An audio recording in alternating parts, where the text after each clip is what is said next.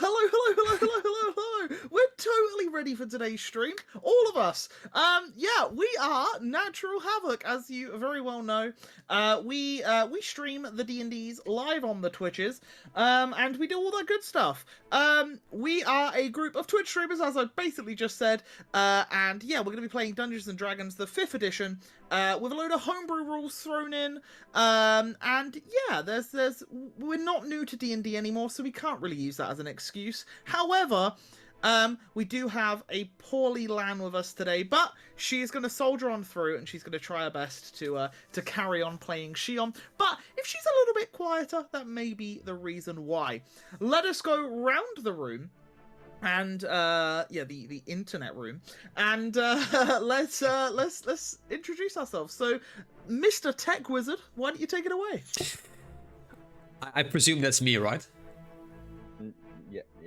Guys, welcome back. My name is Tim. I am the male half of Team Logic NL, and you can find me on the Team Logic NL channel, as usual, where we play variety games like RimWorld. We play RimWorld, and don't forget RimWorld. So, yeah, feel free to join. I'll be playing Arcturus today, and we're gonna have a lot of fun today. Thank you. And below the Tech Wizard, we have the Artistic Wizard. Frith, take it away. Oh, that was close to being terrible. Hello. Yeah. Wow, my brain just sort of dropped out of my head then for a second. Jesus. Anyway, I'm at Frith the Traveler, and I'm on a little bit of a hold at the moment with streaming things. That's because I have a new part-time job. It should be sorted by next week though, where I will be doing art stuff and possibly Breath of the Wild Master Mode. Awesome, and do definitely go check out Frith, because Frith drew all of our lovely characters, which look fantastic. I love them. Below Frith, oh wait, no. Before we go to below Frith, the Eagle Outlaw with a 0, not an O. Do make sure to go check him out. He is busy doing some work-related things at the moment, but he will be back in a couple of weeks, I think 2 or 3 weeks. So that's good. So we will have him back, gracing our presence and being as loud as Eagle always is, but we all love him. So make sure to go check him out. He does Pokemon and other such things on his channel, so do check him out as well. And the other part of the socials, Smitty Jane. Social to follows over on Natural Havoc on Twitter and the Instagrams and YouTube as well, because we do YouTube. Our lovely Zeb always uploads our streams onto YouTube. You should check that out as well. You in the future, we see you. Hello. Anyway, I'm Smitty Jane. I am streaming a lot of Breath of the Wild, but tomorrow I'm going to start my very first playthrough of Horizon Zero Dawn, and I'm so excited. So yeah, you can check me out there at 4 p.m. CET. Yeah, that's it. I play Maeve as well in the campaign. She's really cool. Awesome. Yeah, do social those follows. And to the other side of the screen, Zeb, take it away. Yeah, I'm Agent Zeb. Currently on the schedule with streaming. Very soon, probably not anymore, but you know, those are things. I'm usually streaming evenings. Probably will still stream evenings. Probably a bit less than usual. But Monday, Wednesday, Fridays, maybe that. You know, Friday D&D, the rest other stuff. Just started Triangle Strategy, which is a really nice little JRPG. Kind of like Final Fantasy Tactics, so everyone is old enough to know that. But yeah, it's very fun. It's very fun. And then there's other things that I stream, Crusader Kings and stuff like that. So check it out. Awesome, yeah. And below Zeb, above Zeb, we have Guildmaster Creed. Creed, take it away. It feels so weird saying your entire name.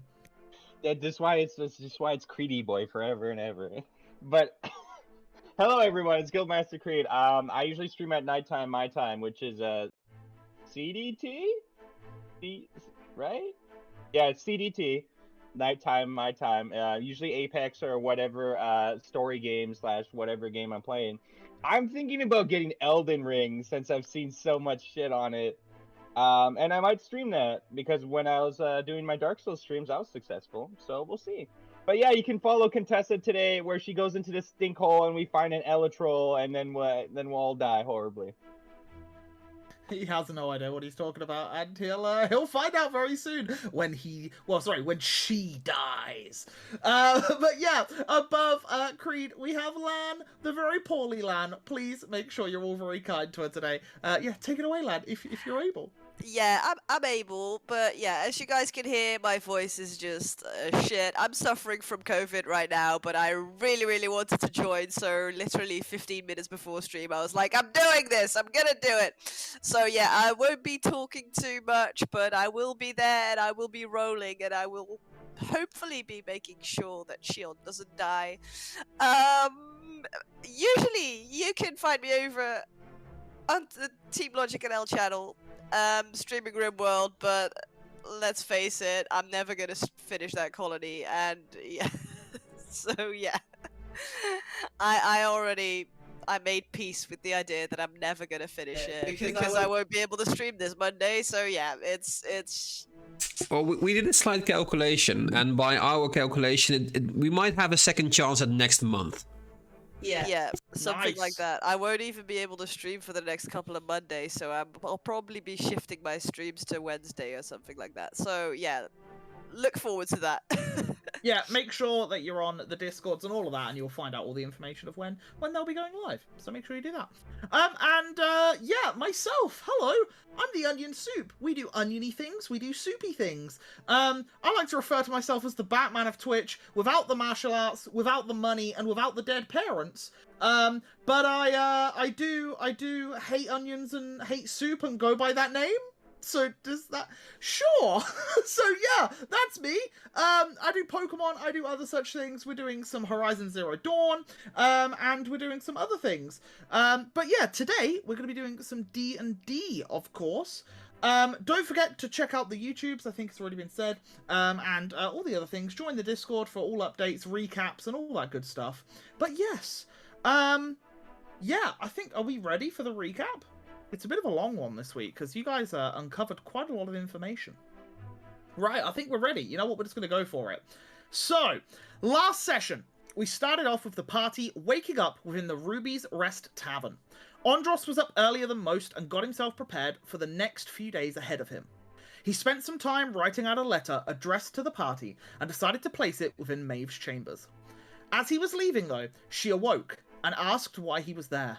He informed her that he had some things to settle and that he would catch up with them when he's done. He left his private journal with her to assure her that he will return and passed her an envelope before getting up and leaving the chamber. After which, Ahad calmed down after a strange dream or vision. He realised that the magic within him was surging and could feel deep down a better control of it. Arcturus, Contessa and Shion all awoke and met up with everyone outside when a gentleman from the requisition approached them with a selection of healing potions with which they had requested the night before. The party got rid of a large selection of coppers, silvers, and struck a deal with the poor chap. They gave him some tatty old leather armour and a dagger and roughly 210 gold coins, but in a load of change. The party read Andros' letter aloud and realised that he was leaving to make sure the rest of them would be safe by eliminating the threat of the Crooked Clasp. All of which gained them some favour with the requisition, and they were able to finish the task that they had all started.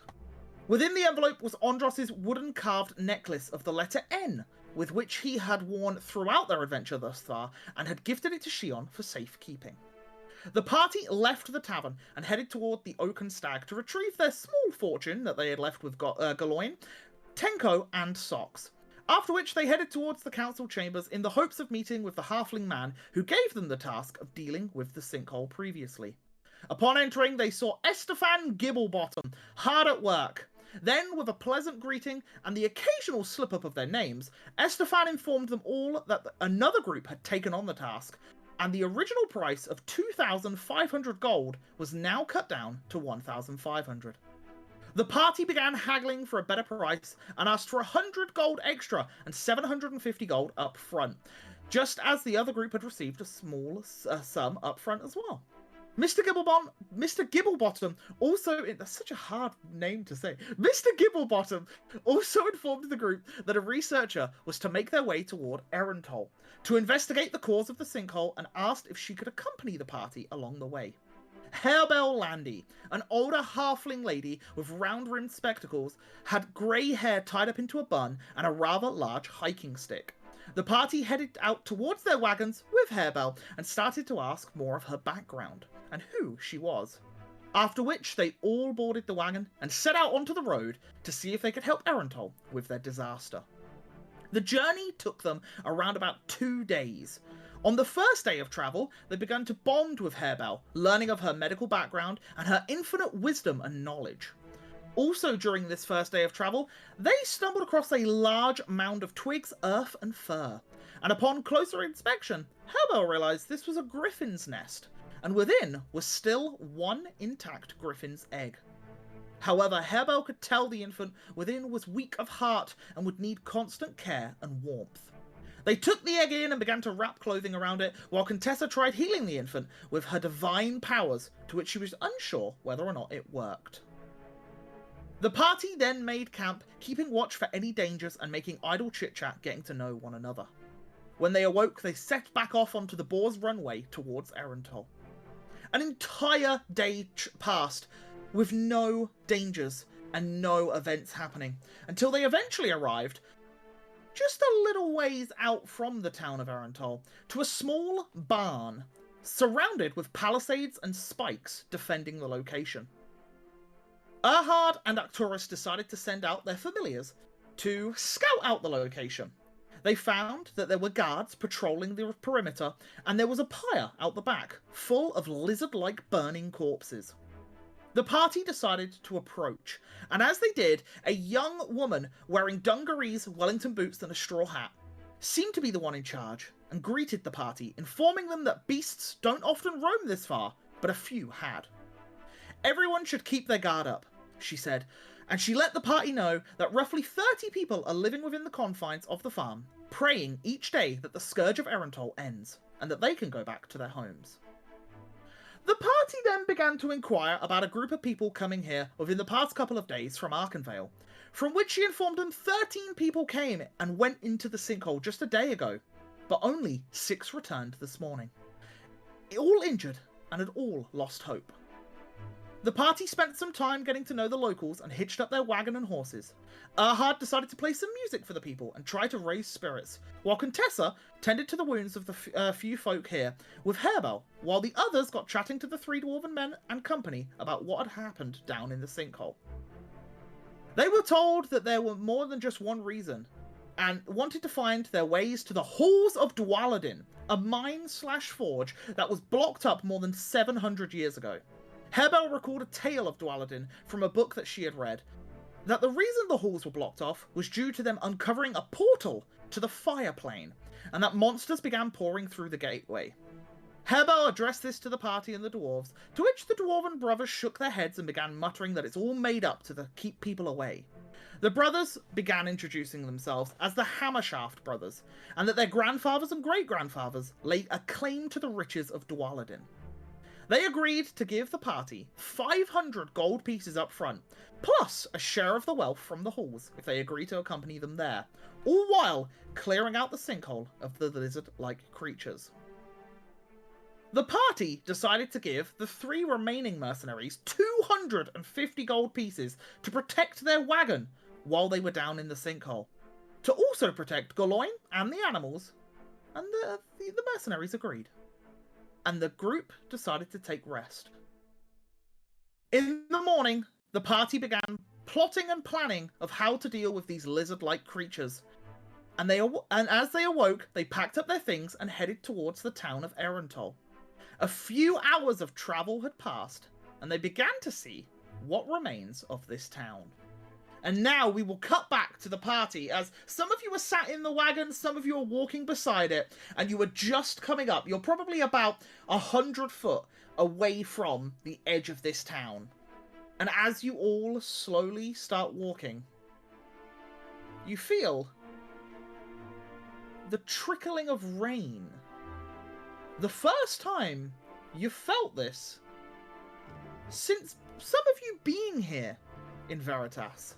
It is currently the middle of summer, but there is a slight trickle of rain just pitter-pattering on the floor beside you. And as you start walking towards this town, is there anything anyone wants to do before you guys approach it?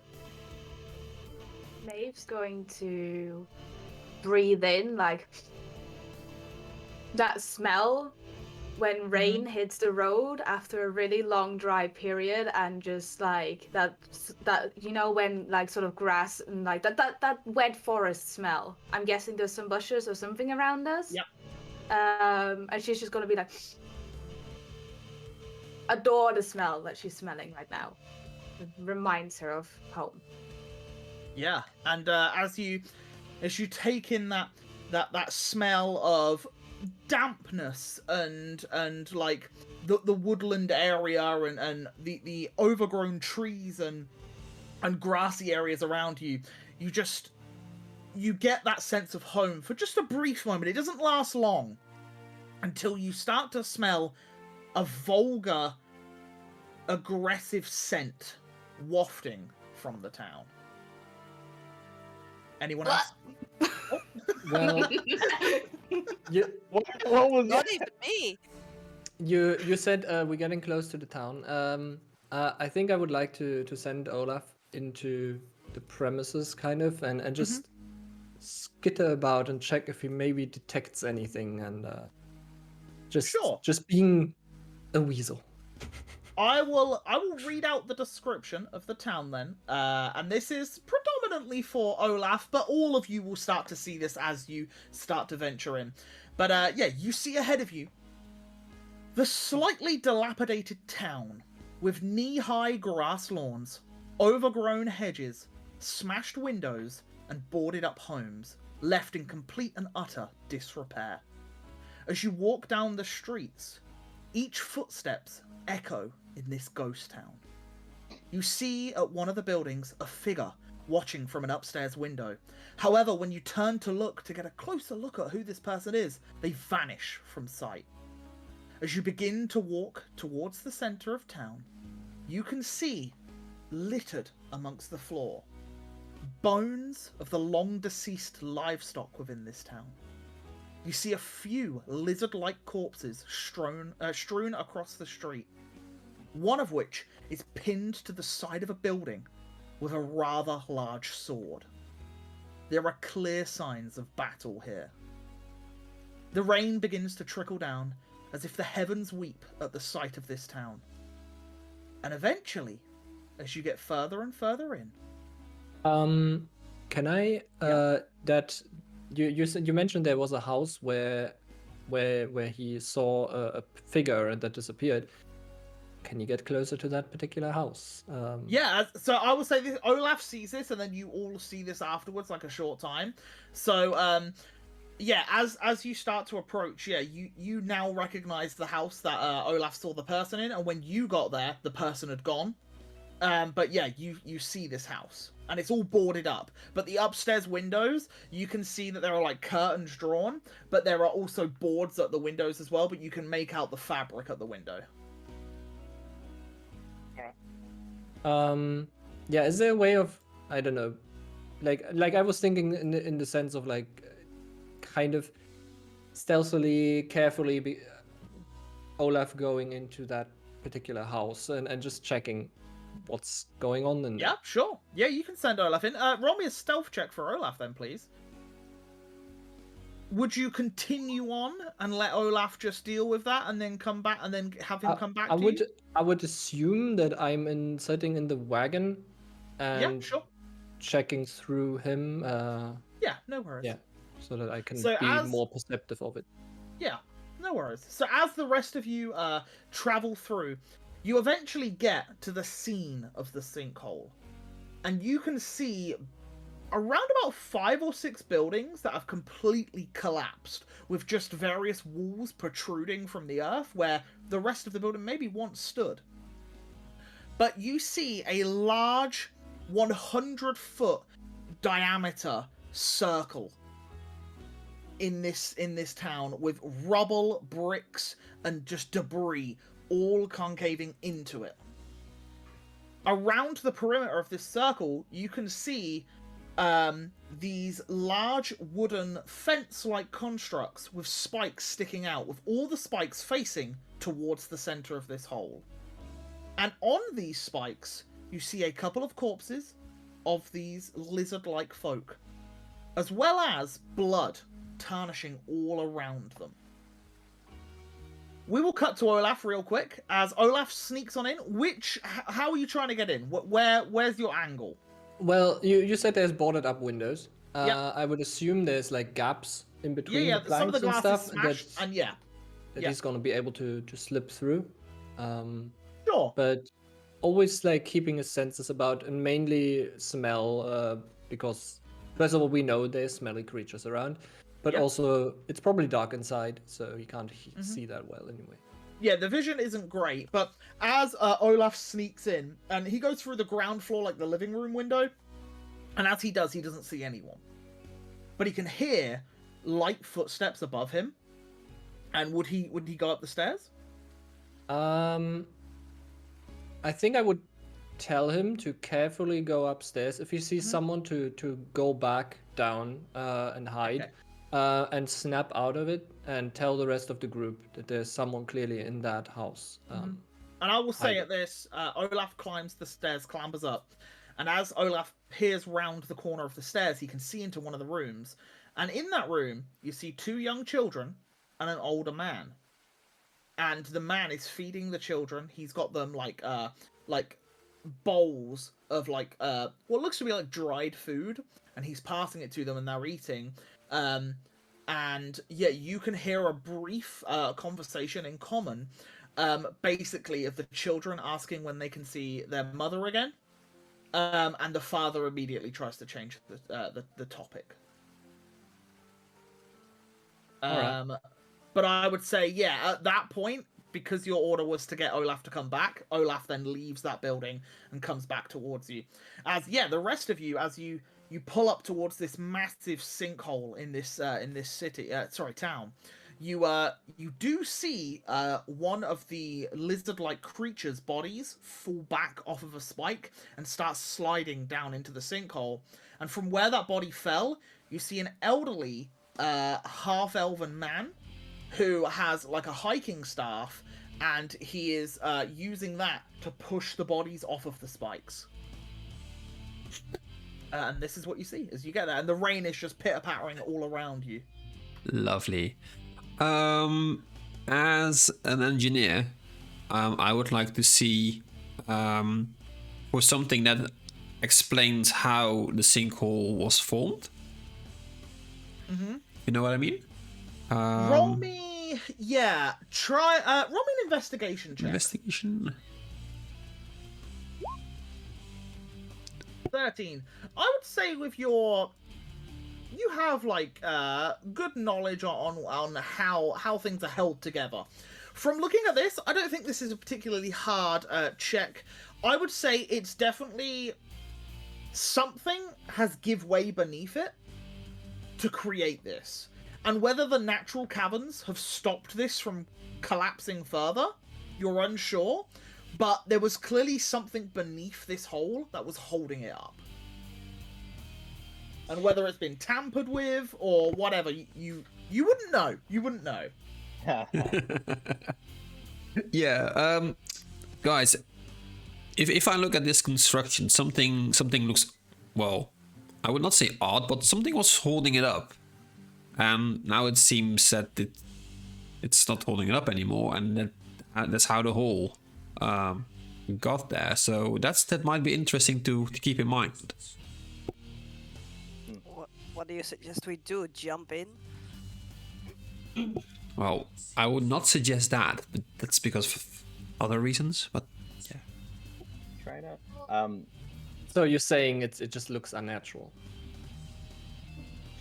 yeah, Dwarves it said seems. that their king left something down there, so there must have been some sort of system down there, especially if there's a gate of fire to the plane of fire. There's obviously, or has been, things down there. The dwarves are with you, by the way, but they're, I'll say while this conversation is being had, they're slightly off from the way. Yeah, I wasn't sure if they were Yeah, like listening in. If but you want yeah, them to chime in, they will do, but otherwise, yeah. I've maybe looked over to them as I said, the dwarves. And yeah, the lead one that seems to do the most of the talking just goes, "Aye." Matt, Was this there- is more of a. Sorry. Go Do we on. have a map of the place? I can give you a smaller map. It's not a map of the whole town, but I can give you. Let me just double check it's good, and there's no Andros on there by accident. He's just been hiding under the cart this whole time. Yeah, I think it's good. Yeah, and you guys It was sort of come Andros up. holding it up all the time. Yeah, I can Stole them away. So this here, you should all have Ah. vision. Ooh, someone has been creating stuff. They have. Ooh. As hole. yeah, you see this this sinkhole, and as you can see, there are like parts of the buildings which are still like Yeah. there, but most of the walls have collapsed, so you can see into a lot of the buildings. And yeah, and as you come to this area here, you do in fact see. Let me just I'll put a token on the map for him because he exists. Is that the elf? Yeah, elven you see man? the half elven gentleman. I guess. Can we Why- see that house that you described, He is or far too big. Let me just. He's a bit like that. There we go. And he would have been about over here. And I'll just make sure the token. Is it a furball? Yeah, that's There you go. that's not a. That it's my civilian token. There you go. Yeah, and you see this this older man the other side, and he's just shoving off one of the lizard-like creatures into the hole. Contessa kind of just waves the man down. Yeah, and he like looks over at you, and he like nods, and then you can see him like almost doing a perimeter check of the spikes.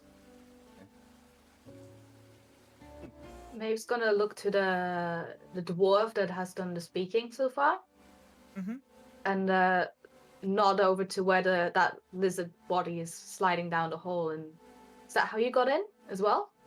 Oh, yeah. I'd be a little careful. The footing's not so safe. But aye, if you go straight down there, there's like a whole nest of the fuckers. Right, but if this is the only exit, this can't be the only exit, right? If they're coming out, they would have just closed this hole up.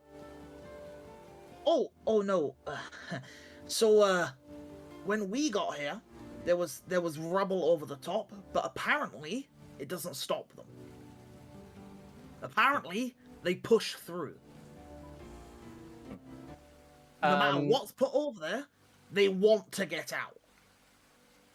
Speaking of exits, you said your ancestors owned this place, right? Well, not this town, no, but No, the below. The right, underground. yes. Well, my grandfather and great grandfather, yes, they both worked there. So you surely must know the lay of the land. Is there was there a mine? Is there like an entrance somewhere? Aye, there was a mine, but the entrance to the mine has been forgotten. We have no record of that. We just know that the halls were directly beneath this here town. And with the sinkhole opening up, it's an opportunity for us to find it easier. Yeah, but also a great opportunity to jump into a nest of killing bees. Well, aye, but we didn't Well, that's why know we're that the here. lizards were there before coming here, did we? Sure. Cool. Thank you. Sorry. Any other questions? Lead the way. Sure, by all means. And yeah, he starts walking over, and you can see that there's like a bit of a gap in the fence of these wooden spikes, and he just like shoves it to the side just a little bit, and then he's like, Before we descend though, I guess we could kind of just talk to the sellswords and maybe find a safe-ish place for the cart. I will say they go over to this slightly bigger area over here. Okay. And they chill with Galoin and the cart over there. That's And where Socks. they set up. And Socks and Socks. Tenko, yeah. should we maybe try and also chat with the locals? Like maybe they know a good spot for them to wait, or you know? Maeve's gonna skiddly duddly over here, if that's possible. Yeah. I mean, Or the blindfold Alpha Man lady. is there Do still. you go through the sinkhole or round? I assume she Well, goes just around this for this, way, right? well, for yeah, I mean, for the sake of it, making it quick, does it look like I could walk there easily, or? You can see that there's a lot of loose rubble, and Uh-huh. traversing through it or down it might be a little But you could difficult. go around. Okay, then I would have gone around it. That's fine. Yeah, no Yeah. problem. Yeah, and as you start making your way around, does anyone else go round the side, round the outside?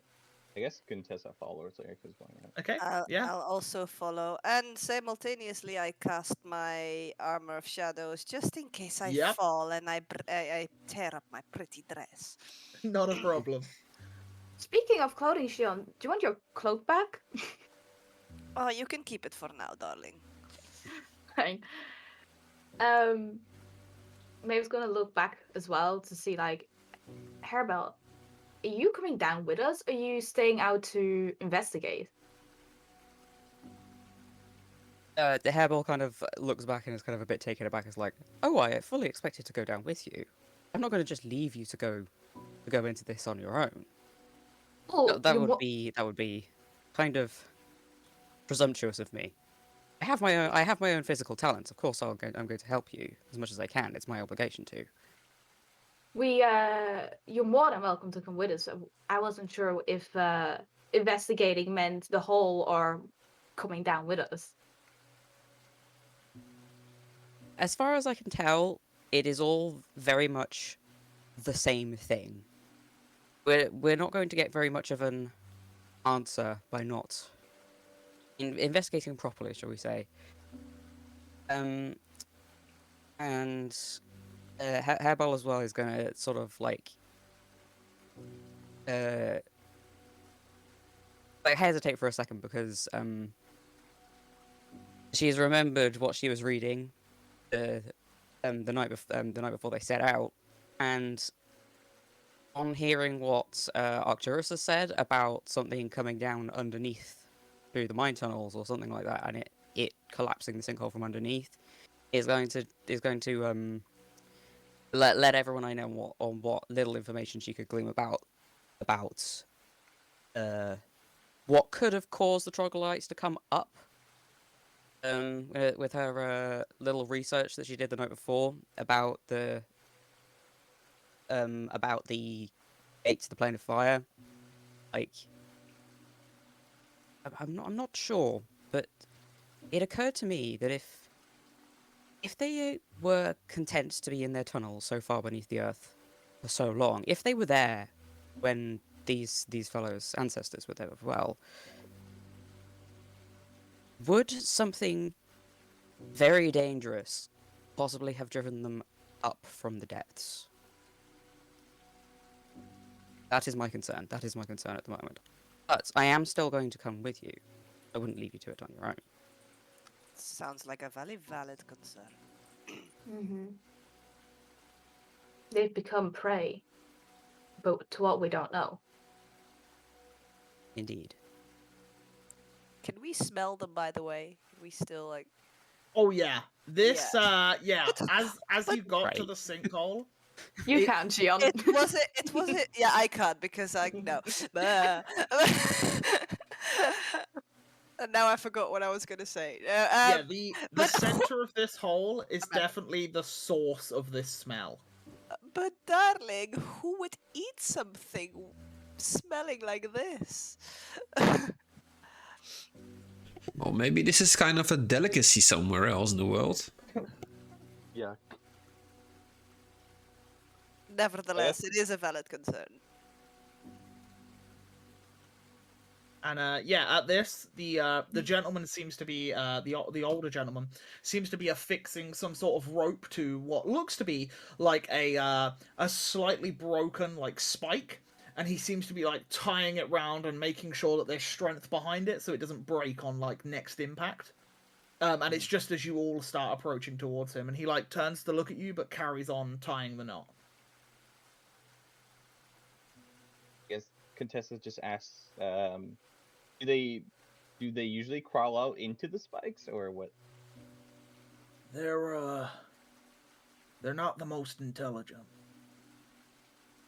They're pretty dumb, but well, we have to try and keep some sort of defense for this town, right? Very true. I do my bit. Have you found they have had any weaknesses? Anything that they're scared of? Well, when the sinkhole first collapsed, they came out pretty quick. They didn't seem to like the sunlight too much. That was by far the main thing. They were easier to kill then. But they learned. They learned to adapt, and well, when night fell, they liked the night. They liked the dark. You planning on going down there? Yep. Oh shit. Yep. Unless you we plan can to- get them up. You plan to exterminate your problem for you. Well, that'd be mighty kind. At least stop them from coming up. I don't care if they live beneath the city. They do what they want, but stop killing our people. Let us rebuild and relive our lives. Too many good men and women have been lost. If they don't like sunlight, maybe there is a way we can get them out one by one, so we can pick them off. So we have the advantage, both the high ground and the sunlight advantage. Yeah, but how are you gonna do that? Well, Yeah, how would we do that? You tell me, you're the smart one. We Yeah, could. but- It might be difficult, but if what Hannibal says is right, maybe the problem isn't the troglodytes. I Maybe mean, the they're problem clearly is killing what's people too, though. yes, but if they can live beneath the earth like they have been for God knows how long, maybe the problem is what's driven them out. If they can stay underneath here, because we don't know, there could be hundreds of them. We can't kill hundreds.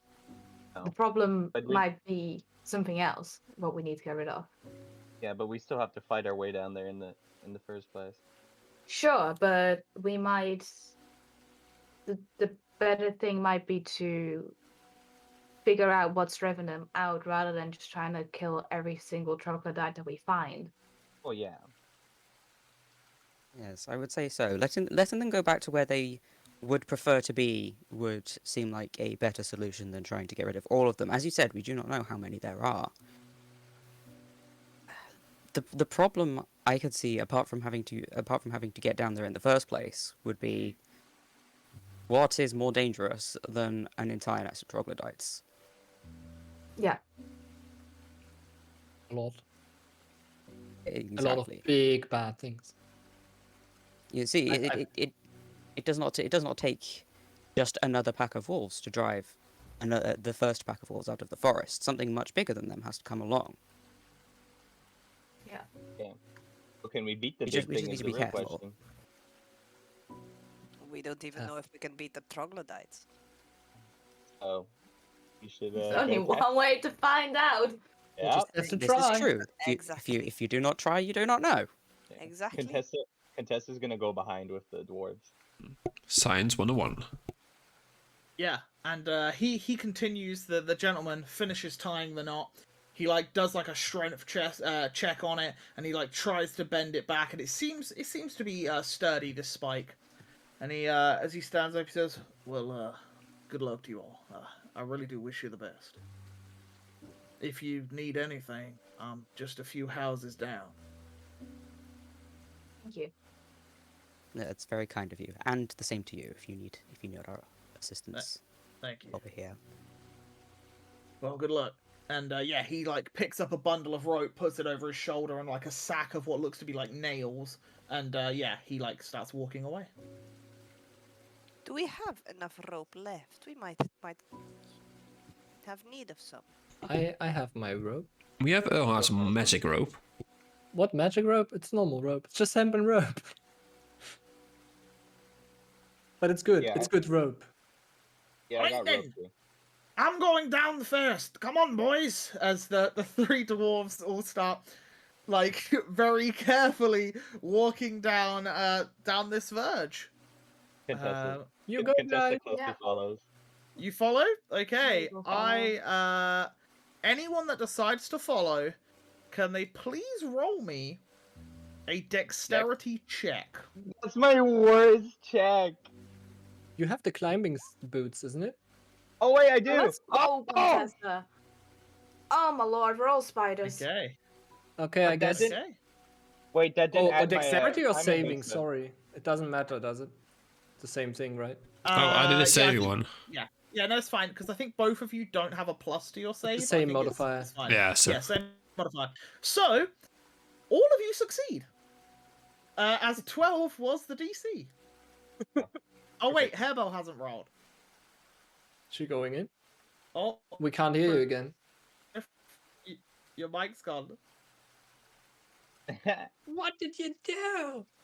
Might have to disconnect and reconnect. who messed with my mic? Did you set up a hotkey that you don't know about? Oh yeah, that could be a thing. Could very well be a thing.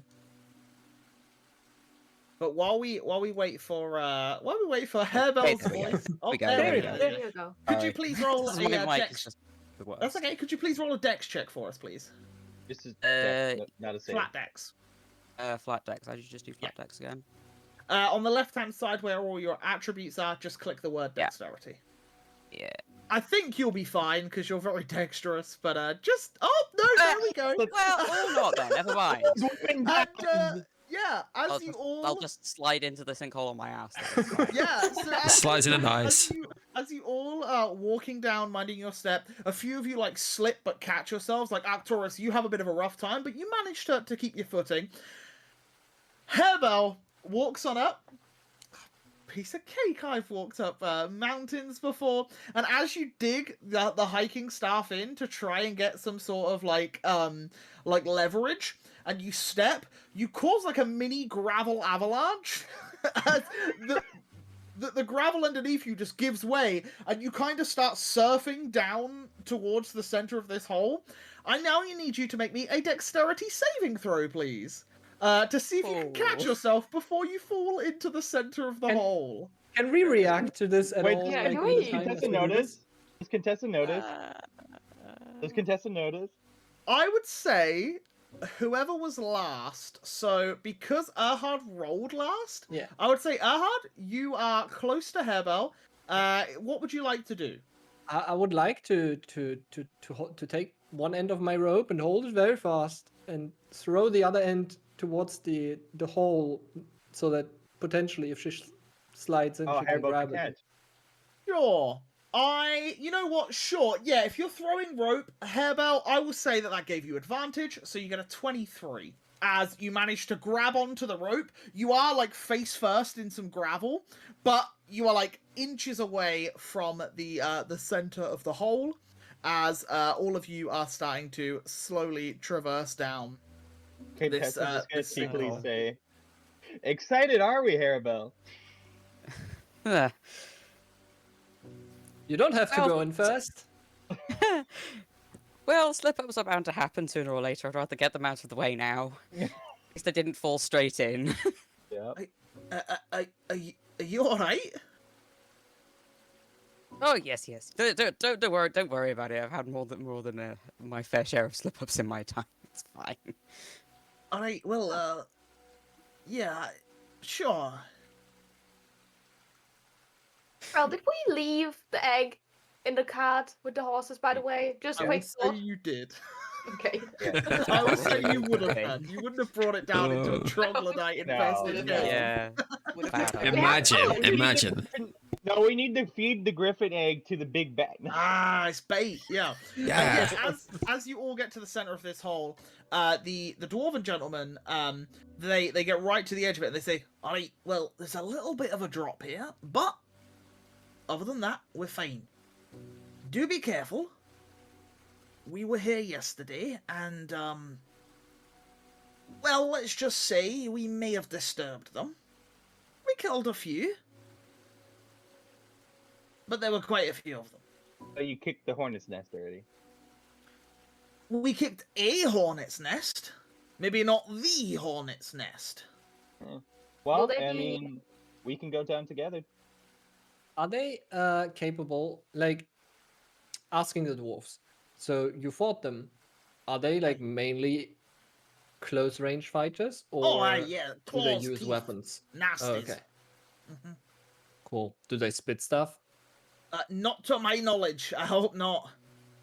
Good to know. Mama. Can I tie my rope around Olaf and just let him go down the hole slowly, just to have a little look? Oh, you Mission we- Impossible. Can we like can we peer down? Like, can we see There's a little bit of a drop where this is so and you can where just see black? yeah, it's just for everyone but Shion and the dwarves and Maeve. Yeah, it is darkness down there. But there's a little bit of sunlight coming through, but because of the clouds and the rain, it's kind of like obscured a little bit. Yeah. But you two can just see what looks to be just like loads of rubble strewn across, and it's kind of made like a bit of a mound of like rubble at the bottom of it. But yeah, this hole is kind of being supported by some sort of cavernous wall, which is why it hasn't collapsed all the way to the ground. Maeve's going to produce flame. Yeah, I was thinking that. Yeah. We'll both do it together. Yeah, I can't produce flame, but create a bonfire on the rubble, assuming it's also Yeah. like wood from the houses and stuff. Create a And little bit of a campfire down there. yeah, like throw the fire down and well, maybe see for any reaction, just create some light as well. Yeah, and as you do, the flickering of light, you can hear like the snapping of like some of the wood that's like burning there. And initially, you hear nothing, but just as one of you goes to go down, you do hear like the skittering of something down there.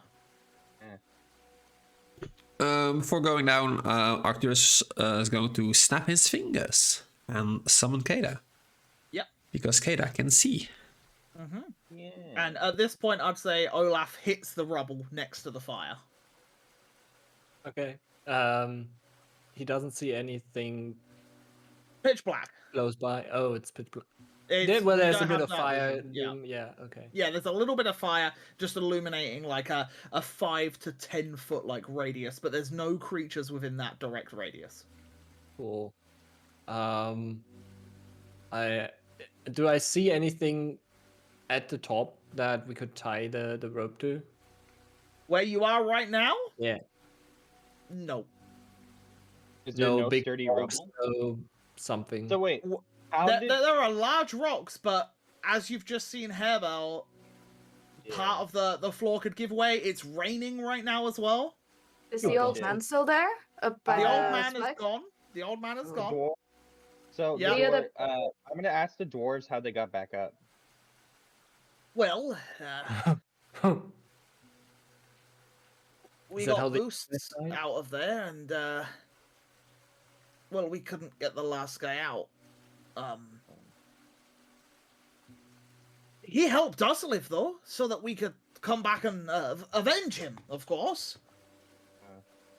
Right. Can I roll Look, insight look. on that? Look, we didn't have any rope, okay? We come completely unprepared, but you guys, you look like you're up for the job. So Can I we quickly not ask the tie? group? Does anyone want to wear the boots of levitation? Look, We'd have what you You'd could have to do attune to it for is an you could, hour. you could Well, tie at this least we can rope. attune for it. You could tie the rope to one of the buildings up there. That'd be fine. How long is my rope? How long is his rope? How long does it say it is? It says hempen rope. 50 foot. How do I find that out? It's Okay. 50 foot. Well, I then have just hempen move the rope foot. too. So can we combine Okay, both our so, hempen and ropes I- together? Yeah, so the hole is 100 foot. So from one side to the middle would be 50. So if you tie two together, yeah, you could have one on the building and then one inside. Okay, cool. We will say, for the sake of brevity, you get Kader to fly the rope up to one of the guardsmen at the top, and he ties it around one of the buildings. Yeah, okay. Because you've left the mercenaries up by the wagon. So he ties it onto one of them, and that way you have it all sorted without anyone having to make any additional checks to go up and down the slippery slope. Let's just let Haribo do it. Yeah. Okay, so you've now got your rope, and your rope dangles down, and then it hits the floor. And I would say at Olaf? this, that the fire just goes out while you're doing all of this. Did Olaf see anything? Who has the lantern? Olaf does not have Yeah. any vision, Contessa, so Yeah. cannot see anything. Oh. It's pitch black. I do. I mean, I will have Olaf just come back up just for safety sakes. Like, So you're climb gonna up the rope. Bamf him up. Oh, climb up the rope. Yeah, sure. Yeah, I have the lantern. I guess Contessa will go down first. Okay, so you start abseiling down a little bit. It's only about a 15-foot drop, but Oh, you wow. you do manage to abseil down a little bit, and yeah, you manage to get it. You get down to the bottom, and as you do, you can just hear the skittering of like claws on stone, Yeah. but it seems distant, but it's echoey. Right. I'm gonna immediately make a perception check while I wait for everyone to come. Sure. It's at disadvantage because you don't have dark vision. So yeah, you stare into the void. Oh, your lantern ain't on? I will immediately follow and try I'm gonna and turn my make- lantern on too. I will immediately follow and try and as soon as I've reached the place, I will create another bonfire on a little other pile of Yeah, a wood little bit that's further probably in, not a bit problem. dis- So Contessa can see. Yeah. What and then do you I turn see? Your, I should. you turn your lantern on, and I assume everyone else will slowly start descending down. Cool. Then, in that case, Uh-oh. let me drag you to a map. Oh, there was a choice. Right. I don't hear the rain music anymore. Ooh, It's because No, it it's stops there, and it's then there, it restarts. just- Yeah. yeah. As all of you come down, It's raining down here. Phones? yeah, the water's still coming down the hole. Tricky. Yeah, and as you all start coming down, let me just give you a quick description. Where is it? It is. Yeah, so as you start coming down, you can see around you, you can see that the cavern is full of like bricks and rubble. There are like various like wooden breakages of furniture like that have slid down into here. It's completely sodden, and right at the bottom you can see a half-eaten corpse of what looks to be like a human. That is just strewn on the floor, like laying there. It's his bottom half that's been eaten, and like most of his torso. So it's just his arms and his head and like his shoulders that are left, and it's just sunk into the rubble. And as the last person that comes down, which we'll say Arcturus, as you climb down, you just feel something soft beneath you for a second, and as you move a leg, you can just see that you've pushed the body down a little bit further into the rubble. And yeah, it is pitch black down here, but you can hear what like the skittering of like some creatures a little bit further in, and there's a little bit of light coming in from the hole, so that you can see a little bit. But beyond that, it is very dark. I would like to use a perception check with Kata. Yeah. Let me drag Kader in as well. And we'll drag Olaf as well. Oh, that's not that bad. That good. Kader. Can I say I leave a torch here just to so when it eventually does get nightfall, we kind of know where to head back. I will point out Bonfire. it is raining. Oh, and It's The raining rain and a is hole. like the rain is going into the hole and like seeping across the rubble all into the cave. So there is like if you were that's Frith gone, he'll be back in just a second. Yeah, so if you do place a torch down, there is a likely chance that the torch could go out. could I put it up higher? Where would you like to put it? You can Onto try the balancing wall. it like in between a few of the stones of like the cavern wall. Yeah, let's see. I want to kind of like jam it in between in some rocks. Sure. Yeah. Yeah. We can say that's possible. Let me drag a torch in for you. Maeve's Do you want me- gonna Do you want me to try a check on it? No, it's fine. Say it's there. There. Maeve's also gonna pull out 2 of her torches Yeah. and produce flame on them and give one to Hairbell and one to Arcturus. Okay, let me Ooh. drag them out. I'll put them on top of your characters. There you go. And if you you should all be able to control them. But Maeve, I can Cool. also use produce flame, so we can also give it to Wow. someone else. You gonna Then, can you produce flame continuously, Onion? Yeah, so it's a cantrip, so you can do it every 6 seconds, but you can just hold Okay, it. so You can just well, hold it in there. okay, well then I'll give it to Erhard because Contessa has a lantern. Sure. Cool. As Thank you. the dwarfs step down and they say, "Alright, we just need to be really careful, okay? As you can see, this is kind of where we fought them yesterday." Is this as We far didn't- as you got? Oh, no, lassie. We got a little bit in, caused a bit of a noise. They came up. So So if we made noise right now, we could get some of them out of the way. oh, hey, if you really wanted them here to fight us right now, but look, before we go any further, just in case, maybe one of us dies, God forbid, we weren't completely honest. Surprise. We have a way of finding the holes with this, and he holds up like a necklace. This necklace allows us to know the direction of the holes. However, to my knowledge, it only gives it to dwarves. Can I do an Arcana check on that? Because obviously it's Sure. magical. Yeah. As you start getting a little bit closer, and he's like, and he just tucks it back into his shirt. But you, as Arcturus leans Whoa. over the shoulder, and with the 26, yeah, there is a high level divination magic attached to that to the necklace. To what degree you would need to spend some time with, but yeah, you definitely huge amounts of divination magic, which you know to be about locating things and seeing things and finding things. So he's not bullshitting, but maybe the dwarf part you're not sure. How did you get the necklace? Well, it was our great grandfather's, you see. Can I get some insight on that? Because I'm starting to think did he really have a great grandfather because he didn't know where the Sure. mine entrance is and Roll me whatever, an insight check. Mhm. Ahad and only Ahad. There's a lie in that somewhere. You're not sure where. Sure. I will try and stay suspicious then. I just give it a little bit of a smirk to this story. Alright, so we went a little bit further, and it starts to twist and turn, and it descends, and there are multiple pathways. We got to this section, but that's when they started to rush us. I would say, though, just check the walls. The walls, okay. Because there seems to be crawl spaces and tunnels that they've burrowed through to get up here. Right. Alright, Okay. well, I think that's everything. Yeah. So Contessa. Yeah.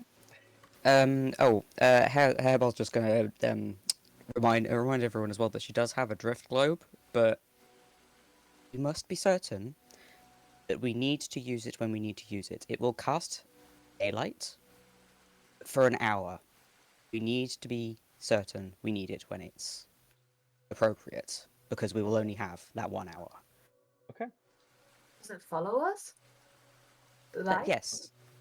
Yes, I can command it to come with us. Well, Yeah, that'd we be should- real handy if they don't like the sunlight. Yes, yeah. yes, but as I said, we're going to have to be very, very sure about when we need to use it. Dire situations. All right. All right. Does Contessa's lantern cast light? Right. Okay. I'm pretty I sure it believe does. so, yeah. You should Yeah. be able to Oh. see it. It's not content. Oh, no, you can't. Maybe it is. Wait. Wait a 'Cause minute. the other things work as a source of light. Yeah, I know. Oh, that's really strange. Let me give you a torch for now. It Just give me worked. a It torch. worked on the sewer map, didn't it? Yeah. Yeah, but it was kind of a different lantern, was it? Like it kind of looks Yeah, that's different fine. now. Cool. Maybe it's an update here. Well, yeah, it might be, but we'll use that torch for now because it's the same light. Okay. Yeah. And I would just like we noticed in the sewers that Shion and Maeve can see better than us in the dark. I we'll just kind of say like if you guys see anything, let us know. Because for me, I can't see shit in the dark. Yeah. I was Well, if planning on that. I had to let you know, but you know. No, she was just gonna Yeah, let us no. die. Yeah, I was not going to say anything. Yeah, you never know. And let them creep up from behind and kill you. So I suppose While I we're all wait. ready to go. I Yeah. would prefer the alternative. Okay. Right, So- so since the dwarves know the way, why don't you lead? I Right, can well- march next to me, I guess. I do have are we trying to be quiet? Are we going to be noisy? Or what's the plan? Your necklace will take you to what you're searching, Aye, right? aye, it'll take us to the front door. Yes, The front door of. the halls of Dwaldin. Right. It basically it's a stone to take us home if we're ever lost. Let's try not to draw too much attention, so rather So- quiet and Right, stealthy. well, then Well- let's be well- stealthy. No. Yeah. Well, in a sense, but then when we're not, everything's gonna come crawling for us. So in a sense, I think we should neither be loud nor quiet. What? Wait, You What want does stuff that to come mean? to us? you want us to be loud? No, you want us to not be loud but not be quiet. Can I roll intelligence whether I understand that? Because I don't. I think we stay Okay, quiet well, and see if we we can stealth. can get We can down stealth. to the source of what's driving them up. Aye, we so don't you're even know if we saying can beat that though. well, you're saying let's not make ourselves known to these creatures, but let's also not try to hide from these creatures. Is that right? Yes. We I don't we want to bind get them all all. ambushed at once. Is what I'm saying. I don't know if you guys. Right. The moment someone doesn't like bees loud, if we're quiet. We'll whisper. I'm gonna get That's my not what I axe. he gets like an axe out and a pickaxe, and he's like holding them two. Another one gets like a big shield, which is the size of him out, and then the third one gets his crossbow out, and the three of them kind of like formation together, and they all like walk around That's just cool. ready for anything at this point. That's cool. Can I just roll stealth because Sure, I'm not clambering through the walls. Yeah. not a problem. And I will say, as you all start to make your way through, we'll have your stealth roll of 19. Brilliant. As you all start to make your way through, Shion, you hear what appears to be the scratching and clawing of creatures to your northeast, so top right, and your southeast. So like this way and this way. I don't know if you This can is see that. perfect chokehold. This is No. a perfect chokehold. But yeah, it's Shion, we Yeah. can't hear you. Your mic is if you're talking to You're us. muted. Yeah. Yeah, shit. So like here and there. This is a perfect chokehold. yeah. You can hear the creatures, some creatures in those two facilities. They are near. Thank you. Well, we're gonna have to fight them at some point. We can't just avoid them. I don't know how you guys think we're avoiding them when we're supposed to deal with them. No, I'm not saying avoiding them, but also don't make Unless them the- aware that we're coming. Get a jump on something, you know. Unless there is a colony of rats here, we I are don't- going to need to fight. I don't think Very we're gonna get a jump on dark dwelling creatures when we can't see stuff. Where does your necklace tell us to go? And he points towards the wall to your south. Yes? Oh, okay. Let's Am I go south? Yeah, Or south, south. south of the map. Yeah. And They he's are just like, there, but they're that- also on that the other way. side. So So we go south? Are the dwarves coming with me? And Shion, as you walk up to there, you now see them. Oh, You can see the Lovely. creatures. I- It's in I the don't- black and white vision of the dark vision, but I you can can't see see. the figures like Oh, bent yeah. over, and you can see them in the distance. And I believe Maeve, you can probably see them from where you're stood as well. I can't. No. Yeah, right ahead of us. as you can just see Contessa walking on forward. Well, I'm just. I'm gonna grab With- Contessa, with but the- without. Yeah, You I'm can't- going to. You can't grab me. You're not already right behind me. Well, I am. It's 5 feet. Yeah, now we Now are. Now we are. Now you're. Yeah. And just whisper. They'll be out there in front of you, like right in So- front of you. So we fight them then. If you can see them, by all means, go Look, blast your They lighters. can come to me. Get a Well, free we could attack just- on them. Get a we could free just attack go on s- them. Do they seem hostile? They haven't noticed us yet. We could just keep on going south and deal with the ones down there. Is it confirmed that they have not seen? Didn't Shion say it's they also there in the south? Yeah, They're they're down both there. Yeah, they're sides, on- but we they're on need to both go sides. south. Yeah, but if we fight the ones on the bottom and the top, are gonna just. Yeah. Because. I- Well, do you want to split up and have half of us go north? No. And well, I then see they. we that make- we in the make bottom noise and the here, floor and the If top. we make Probably noise hold here, this we can get them position. to come. Yeah, if we make noise here, they can both come, and then I'll just hold Maybe- them while you guys. Maybe we should just prepare for something, right? Like, it's We'll up to just you. go. Yeah.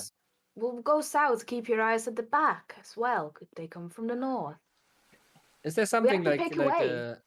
I don't want to get ambushed. I'm sorry.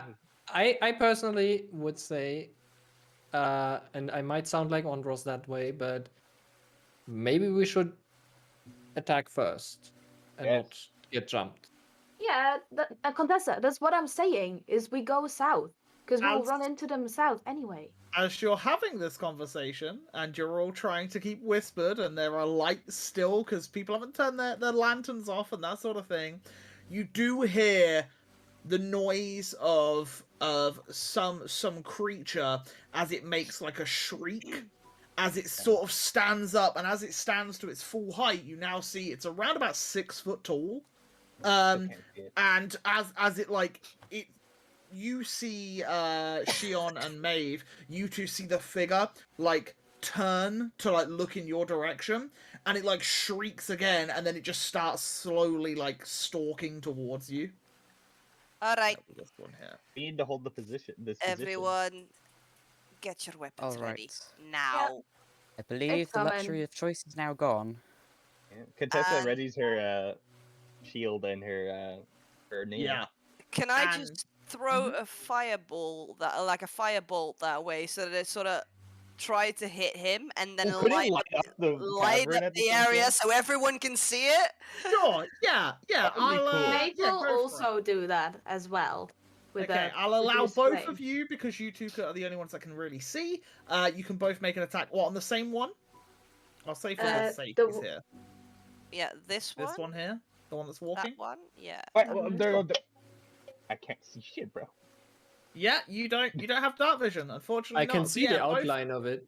Both make your your attacks.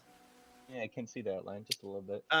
Both hit, and he falls into a pile of cinders as he is completely engulfed by the pair of you. You see now, guys. And I will say, as he is now a Don't corpse, worry. as he is now a corpse, I will say he's on fire, and this is the torch, and it's giving you a little bit of light. Oh, I can see what As it hits him and his body hits the ground, you just start to hear multiple shrieks from within the cavern, and unfortunately, that is going to be Yay! initiative, please, as I put At some least they killed one. music on. I'll turn that off. Let's Oh, put wait, some- did it? What? You Torch. did the torch. Oh, Yeah, I you pressed did the wrong button. torch. torch. Yeah. Wait. Oh, wait, Wait. wait, wait, wait, wait, wait, wait, wait, wait, wait, Initiative wait. to There you go. Do it torch. now. Do it now. I'm like, wait a minute. Initiative torch. I still rolled a 6. Oh fuck. It's okay. I'll just be in the front. It's like, it's fine. No Turn the worries, brain off darling. now, They're you're far away. easily killed, it seems. Oh, I don't know about that. Okay. So, Oh my, As- that's battle music. Let Yeah. us. Oh, did everyone click their token? Yes, I did. Yes, I did. yes, yes. Maeve and Shion, could you do it again for me, please? And I'll keep your original rolls. We're both 14. Pick your Yeah. token. I just Hang need to. I need you on the board. Oh, my right, God. okay. She rolled a good second time. I like my second row better, yeah. I'm on 14 again. That's all right. It's cool.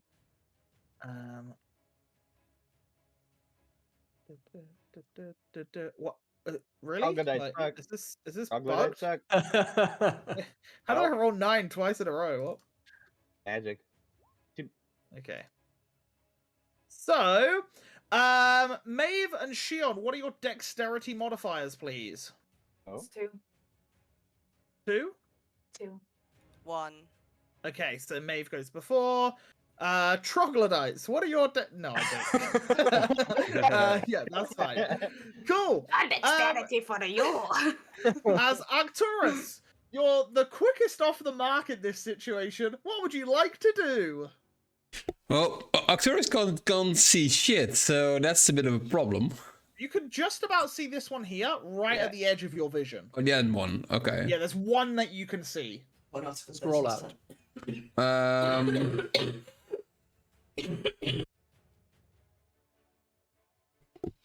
She's good again. Yeah. I'm gonna position myself just behind the dwarves, Yeah. and I'm gonna use a use flame on the guy. Can What I is hit the that? range? Yeah, of I'm gonna produce check it. flame? It's I think okay, you see. might just be in range. 60 feet, right? 30. Oh, Yeah, no, you're 55 you foot away. are. Yeah. So yeah, I'm sorry guys. I have to do it. It's gonna be an Eldritch Blast. Not a problem, but you're a level 5 warlock now. Holy So you shit, know I forgot about that. Right? I think I do. You can fire too. Oh yeah, I can Oh, fire yeah. two. Yay! I got 2 shots. Yes. So let's fuck up the first one. Yeah, so as the first one fires, it does hit. Ooh. What? 11? An It's a whole 11 new hits. Arcturus. As the first one hits its shoulder, and it goes, and as it like does this horrible screaming screech noise, it echoes throughout the cavern, and you just hear multiple screams follow it. As your second blast, as it's screaming, Here we and go. this echoing scream, you just aim for the throat and fire, and as it hits, the head just clean comes off, and the creature falls dead on the floor. Clean kill there, guys. The Arcturus we won. Exactly. There we go. Exactly. Finally. As Freaking the body finally. slumps to the floor. At the end of your turn, you've got a bonus action if you want to do anything. Nope. That's gonna be it. No, not a problem. Maeve, you're up. 1, 2, 3, 4. Oh, she can see. I still. That's the only enemies I've seen. Were those two. Maeve is going to. Oh. Maeve's going to just crossbow this one. Yep. Yeah, I completely. Yep. And she'll look over her shoulder to everybody behind, and she says, "There's another 3 down here." As Damn, she'll aim and hopefully also hit one. As you fire the crossbow. Hey! And the Oh, bolt goes piercing. wait. Yeah. It's the yes, I didn't. Yep. It's with the +2. It's all good. So that's 10 damage as the bolt pierces through into its chest, and it like shrieks out in pain, but it's still standing. Is that the end of your turn? A really good crossbow, though. Well, I've turned around, and then I'll.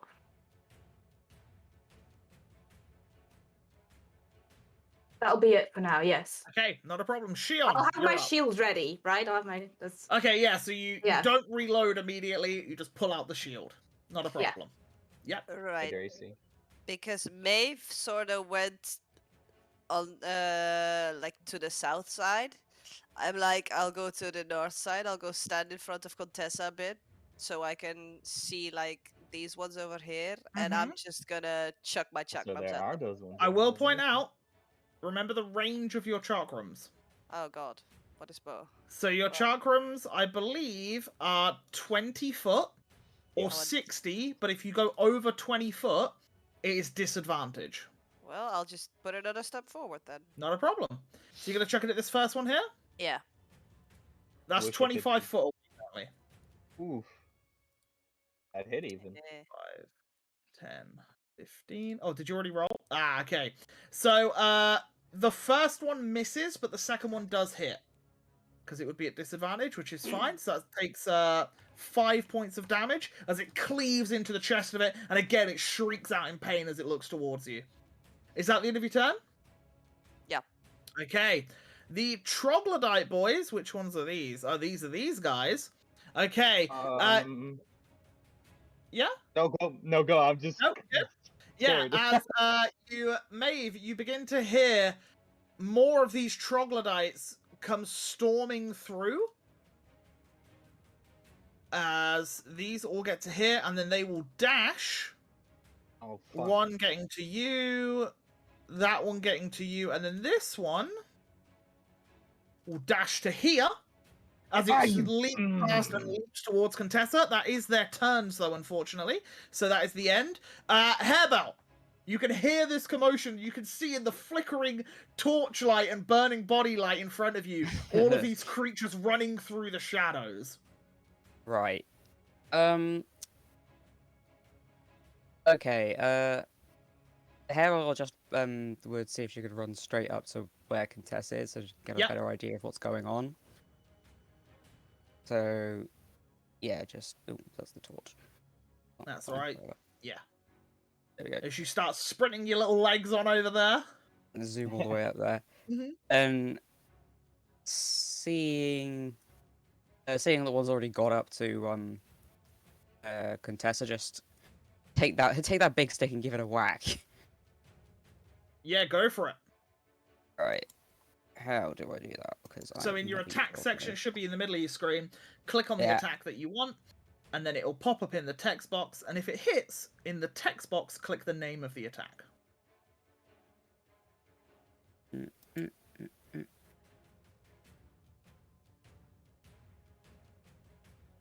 Oh my god. Battle music's good. Parts of Roll20 aren't loading for me. This is great. Oh no! Oh. Would My you like me to internet is click? being terrible. I'll click Yeah. it for you. Wait there. Let me Yeah. click it. I'll make it. And it's the quarterstaff attack you want to do? Yeah. Sure. Two-handed or one-handed? If possible, two-handed, I'll just drop the torch that I'm Yeah, holding. I'll say you can drop the torch, not a problem, as you then swing with the two-handed quarterstaff. Yeah, that's definitely going to hit. Are you able to click the word quarterstaff in the text box? So you can roll your own damage. If you are, if not, I can roll it for you. Hey, there we go. Yeah, as you swing round and just club it round the side of the head, that is 6 points of damage. It is still standing. Yeah. Would you like to attack again? Hit again. Yeah, why not? Let's give it another go. Not a problem. Right. And as you swing again with the quarterstaff, you manage to collide with the creature again. Roll your damage. For 5, as it hits into the creature is still just hanging on. No! You have your bonus action. I need to help Maeve. Would you like to make an unarmed strike as a bonus action? Yeah, let's just go for it. So we And get one down. What part of your body do you use in this unarmed strike? I think after taking like two-handed hits, just sort of like clobbering it as hard as possible is just gonna kind of just take her fist and sort of like push it into the troglodyte as hard as possible from the backhand. Yeah. Just smack. I will roll the attack for you. Let's see if you Cool. get a hit. Matt, 25. Matt, did you roll for the dwarves? No, they will go on 0. Not a problem. Roll the damage for me, please, Frith.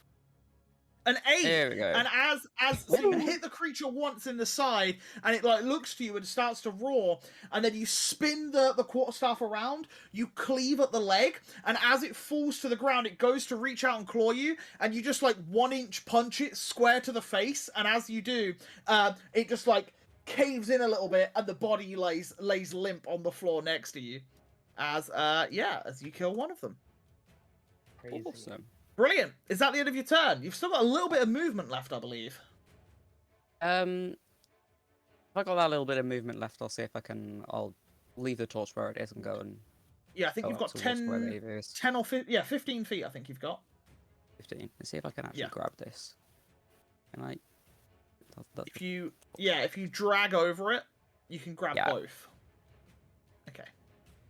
Yeah. Brilliant. Let me grab that. Yeah, there we go. Yeah, there you go. Awesome. Yeah, as you run on over next to Maeve, and that is the end of your turn? Yeah.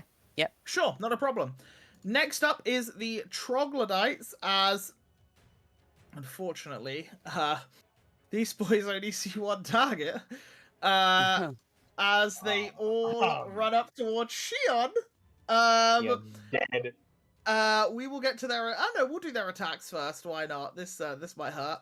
As you have 1, 2, 3 of them attacking you. So the first one tries to bite you and claw you, which both miss. The second one go for a bite and a claw, which both hit.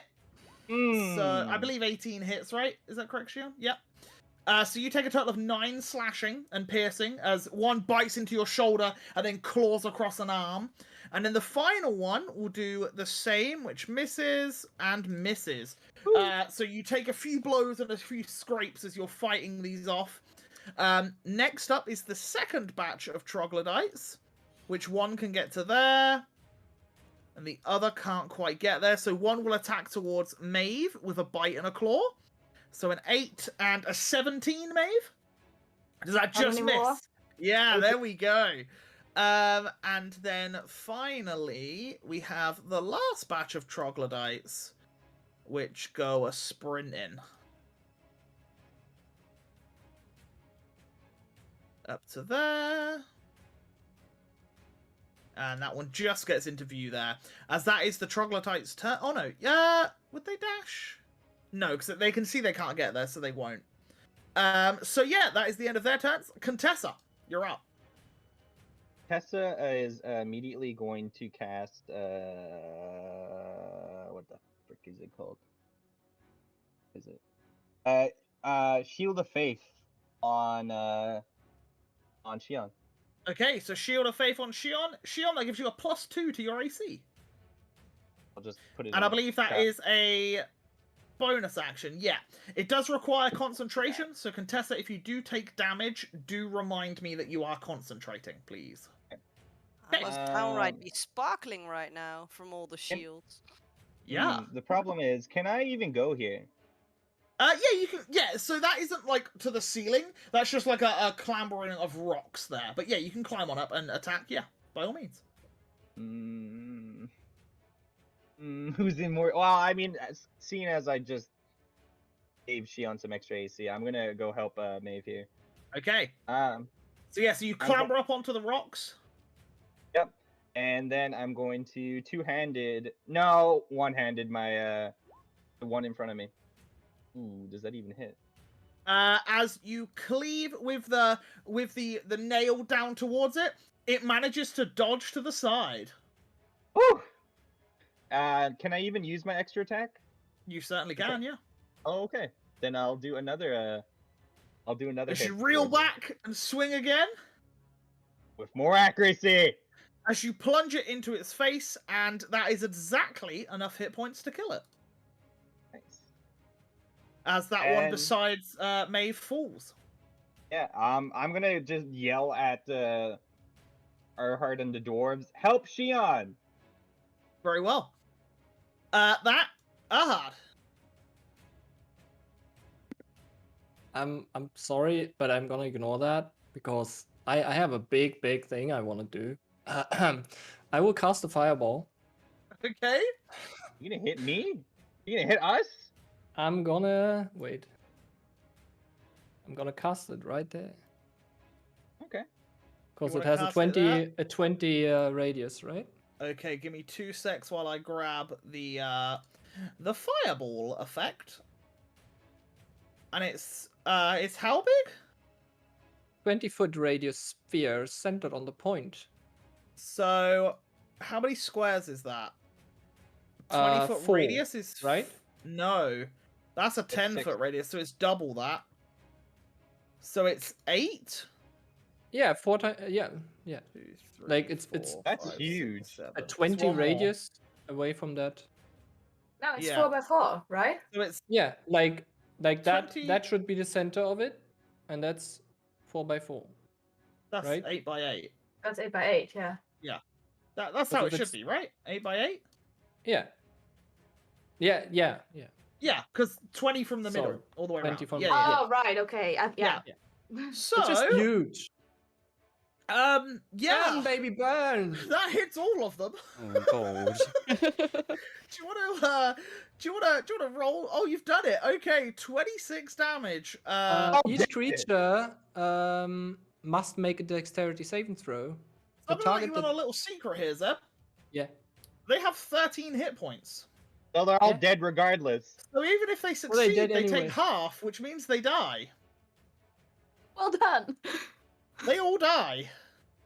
Okay. Well, Every well, single that did it. troglodyte Burn, babies. in this area, which is hilarious because even the last one just managed to get in the rain. The fuck? Zeb, why don't you describe to us what happens as you just blow up, you nuke this goddamn cabin? Well, let me shed some light on you. And I just have like a small little fireball that Yep. emerges from my hand. And I just toss it onto that point, and then it just Yeah. expands. So as you Into toss one this ball tiny of little flame. ball of fire, you can see like the trail of fire, like almost from where Ahad threw it, and it's just like, doof, doof, doof, doof, and it's like flashing as it's getting bigger and bigger until it hits the center, and then it just explodes, and like an inferno of fire erupts within this cavern. I will say it does make quite a large amount of noise, as the fire engulfs the entire area. And all of the troglodytes start screaming as they just burn alive. Harebell and Maeve, you get this waft of like heat just hit the pair of you. And then as you like blink and like shield your eyes from the light, you look and all of the troglodytes are just on the floor, burnt to a crisp in front of you. Alvard, is there anything else you'd like to do this? Oh, wait. Well, What I'd would like to D20? do a d20. Yep. Well, Imagine if good that was lord. that one. Now I also get one on me. Yeah, No. okay, awesome. Okay. Is that the end of your turn? I will just, drag myself back behind the dwarves. God damn Yeah. it, that one. Not a problem. And as you drag yourself there, the dwarves will step round here and step behind Shion because they can't get any closer, unfortunately. And they will attempt the Hammershaft brothers. They will. They get like 3 attacks because there's 3 of them. No, they choose which one goes. Hmm. They will. The one with the shield puts the shield back and draws a two-handed warhammer, and he swings towards one of the troglodytes for a 13, which does in fact hit, as Ooh. he crushes the skull of one of the troglodytes next to Shion. Yeah, that is the end of their turn. Arcturus is Arcturus, you're up. Right. I am going to walk over here, and I'm gonna use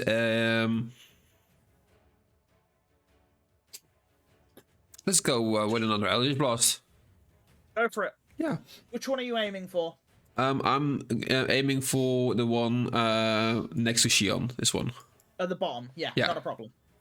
As you fire the first blast towards him, which hits as it does 3 points of damage, and he reels back in pain, but he's still standing. I have to miss one At one And then you point. fire the next one, and it hits like some rubble above Shion, and a few bits of like stones fall and dust fall on top of Shion as she's like batting it away for a second as it awfully went wrong as you like slipped in some of the water or something as you fired. But yeah, is that the end of your turn? Yes. Before I scream to her, "Sorry, darling." Maeve, Maeve's as you wipe some of the remains of the troglodytes that were singed towards you, you slightly wipe it off, and yeah, you turn. Yeah. I'll glance over to Erhard as I step over, between Harabelle and Contessa. Didn't know it was barbecue season. What the heck? Well, they had a You know barbecue what barbecue- upstairs. You don't know what barbecue means. Hey, we had barbecues in where I was from. That young. Anyway, I'm going to produce flame on the same one that Arcturus went through. Yeah. Yeah, that one. Not a problem. Oh, why did I do that? As you hurl the small orb of fire towards it. Ooh! As just like your friend not Arcturus, just like your friend Ahad a moment ago, you incinerate one of the troglodytes directly in front of Shion. Mm-hmm. Is that the end of your turn? I can't stand here, can I? Like No, that's a wall. that's much bigger. Yeah, that's a much bigger construct. Well, Can roughly. I don't know if that's probably an action, not a bonus action, to potentially prepare if anything else was to come up from our south. That would be an action, yeah. Right. I'll just stand next to Shion if anything, just to be of help. Yeah, not a problem. Shion! As all these creatures are being destroyed around you, you've still got your chakrams out. I guess I'll just hit the one that's... Yeah, that Go one. for it. So with your action, you swing the first chakram as you cleave into it, dealing a nasty cut down its torso. And then with your bonus action, you just completely his head destroy off. it, finishing it off as you just cleave at the neck and the head rolls off and the body falls down. And there is just one troglodyte that remains. I wasted a spell slot. At that then, Hebel, you're up. Okay.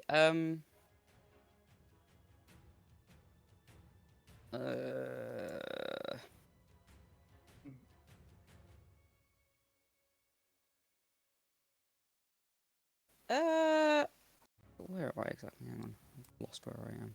There we are. Because I'm a halfling, is it possible to get between everyone and get through there and? Yeah, Yeah, for okay. sure. Yeah, you're allowed Yeah. to pass through allied spaces. Cool. Plus, you're a monk. You do dope-ass monk shit. You do, like, sliding Do across the monk floor, stuff. flips, all that stuff. You're all good. Do fun monk parkour. Just Yeah, the old woman parkour. run around the corner and get the last one. Yeah, it's canon that you have to shout parkour as you're doing it as well. It's what activates the powers. Yeah, the only way you can be a monk. True monk. Yeah, okay. Right, can I grab hold of this? Is roll 20 going to be hit? Sorry, I think it is. Yeah, there we go. Alright, I'll zip up here and give Yeah. this one a bot. Go for it. Are you able to do it, or do you need me to roll? I'll give it a go, see if it's gonna work. Okay. Loading this time. I'm just gonna two-handed it again, so Also, Yeah, there we awesome. go. Ooh. Yeah, I she didn't hear a swings- parkour, by the way. What was that, sorry? I did not hear a parkour, by the way. Oh, parkour. Yeah, as you swing, roll your damage. That definitely hits. Yeah. Oh, nice. As the first whack with the old quarterstaff hits it straight on its spine as it's like roaring towards Shion, and then it snaps its head towards you. And do you want to make your second attack? Yeah. Give it another 200 while I'm there. Why not? As another 24 as you smack it again. How do you Yeah. kill this troglodyte? Okay, so because as it's got my attention, it's just gonna spin around towards me, and I'm just gonna, even though I'm kind of small, gonna let that quarterstaff go far out of my hands as possible and just bring it straight down on top of his head. Yeah, and as you do, you just hear the crack of like the skull cracking from the weight of the quarterstaff, and its body slumps to the ground. And as it's still alive, falling, it's not until it hits the ground and its skull cracks once more that it does die. And at that, we are out of combat. No. Just for a moment. As everything seems to get a little quiet. As you all look around. Let me stop this music. There we go. As you all start to look around, wondering what else is to come. Oh, wrong one. The other one. Do you guys also feel hot in here, guys? I think I burned a little of my eyebrow off there. I can smell burnt hair. I look at Erhard and I say, I just hope you didn't overexert yourself there. I think there's worse to come. I just wanted to test it. I just pull out my pearl of power and I'm just like Galdor and restore my spell slot. I'm fine. Well, I mean, these things probably won't have much loot on them, so let's keep going. I'll ask the dwarves. Yeah, may I just say, what the fuck was that? That's Erhard for you. He likes to destroy things. He's defeated many a foe with his magic. 13 of us came down here. We killed about 7 of them. We left with 6. To be fair, you guys did say you weren't prepared. That's why you come prepared. She got bit and scratched by one of them. The rest of you are unscathed. Well, this'll be a cakewalk. Right then, follow me. Naturals. It was just a scratch, darling. And I sort of Yeah. pluck at the... Did you just say you're naturals? At what, killing these? No, that's just havoc in my eyes. It comes natural. May's going to cast Good Berry at first level Okay. and hand Shion 10 berries. Thank Shion, you. Oh, you do Eat want eat good berries. these. Eat these. Trust me. Trust I me. sort of look at her and I eat them. Are you all 10? Maybe Well, I eat. don't know, how big are they? They're the size of a berry. Maybe. I mean, you eat, should... maybe Alright, maybe alright. eat half and see how you feel after, and then see if you want the rest. I'll just sort of... Yeah, Yeah. half of them. Yeah, So you eat okay. 5, you restore 5 hit points, I believe. It's 1 hit Oh, they're point 1 per HP berry. each? Yep. Oh. And you feel so full. Because each berry sustains you for an entire day's worth of food, and you've just eaten 5. You are like so Holy full. You feel like shit. really bloated. Like you feel so full. I don't feel Sion's well, gonna gain some darling. weight. I The don't Didn't message know feel did remains. that. Maeve, darling, what did you give me? I feel better and worse at the same time. You'll have a good time on the toilet later. Thank you. You might smell more than the troglodytes, and maybe you can stench them out. I wonder where I left my... Why did I leave my rose water at home? I guess Contessa just waits for the dwarves. Yeah, the dwarves seeing the berries being handed out is like, if you're giving them out, I'll take some. Like, we didn't quite eat full. No, all right, well, I'll lead the way. And they just kind of like scurry forward. He gets the one in the back gets the bigger shield out, and yeah, again they're getting that formation where like one's with the weapons, one with a shield, one with a crossbow, and they sort of like walk in formation down this corridor. I'll tell them, the guy who said that, You'll see when I start playing a little dirty. If you help me out when I'm more vulnerable, I'll get you some berries later. All right. What? The boys would love them too. But yeah. Yeah. I thank mean, you. you can. Can you share? Share a berry. No, Like one. 10 berries. Oh yeah, of course, yes. Well, yeah. And if this laddie here, and he pats Erhard on the back, says, "You keep at that, laddie. Oh, we ain't got a thing to bloody worry about. You bloody blew him to pieces. Look, here's one of the legs." And he like holds up one of the legs and then throws it to the side.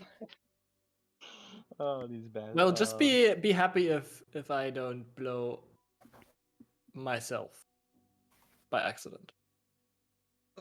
Right. Sure. Well, what?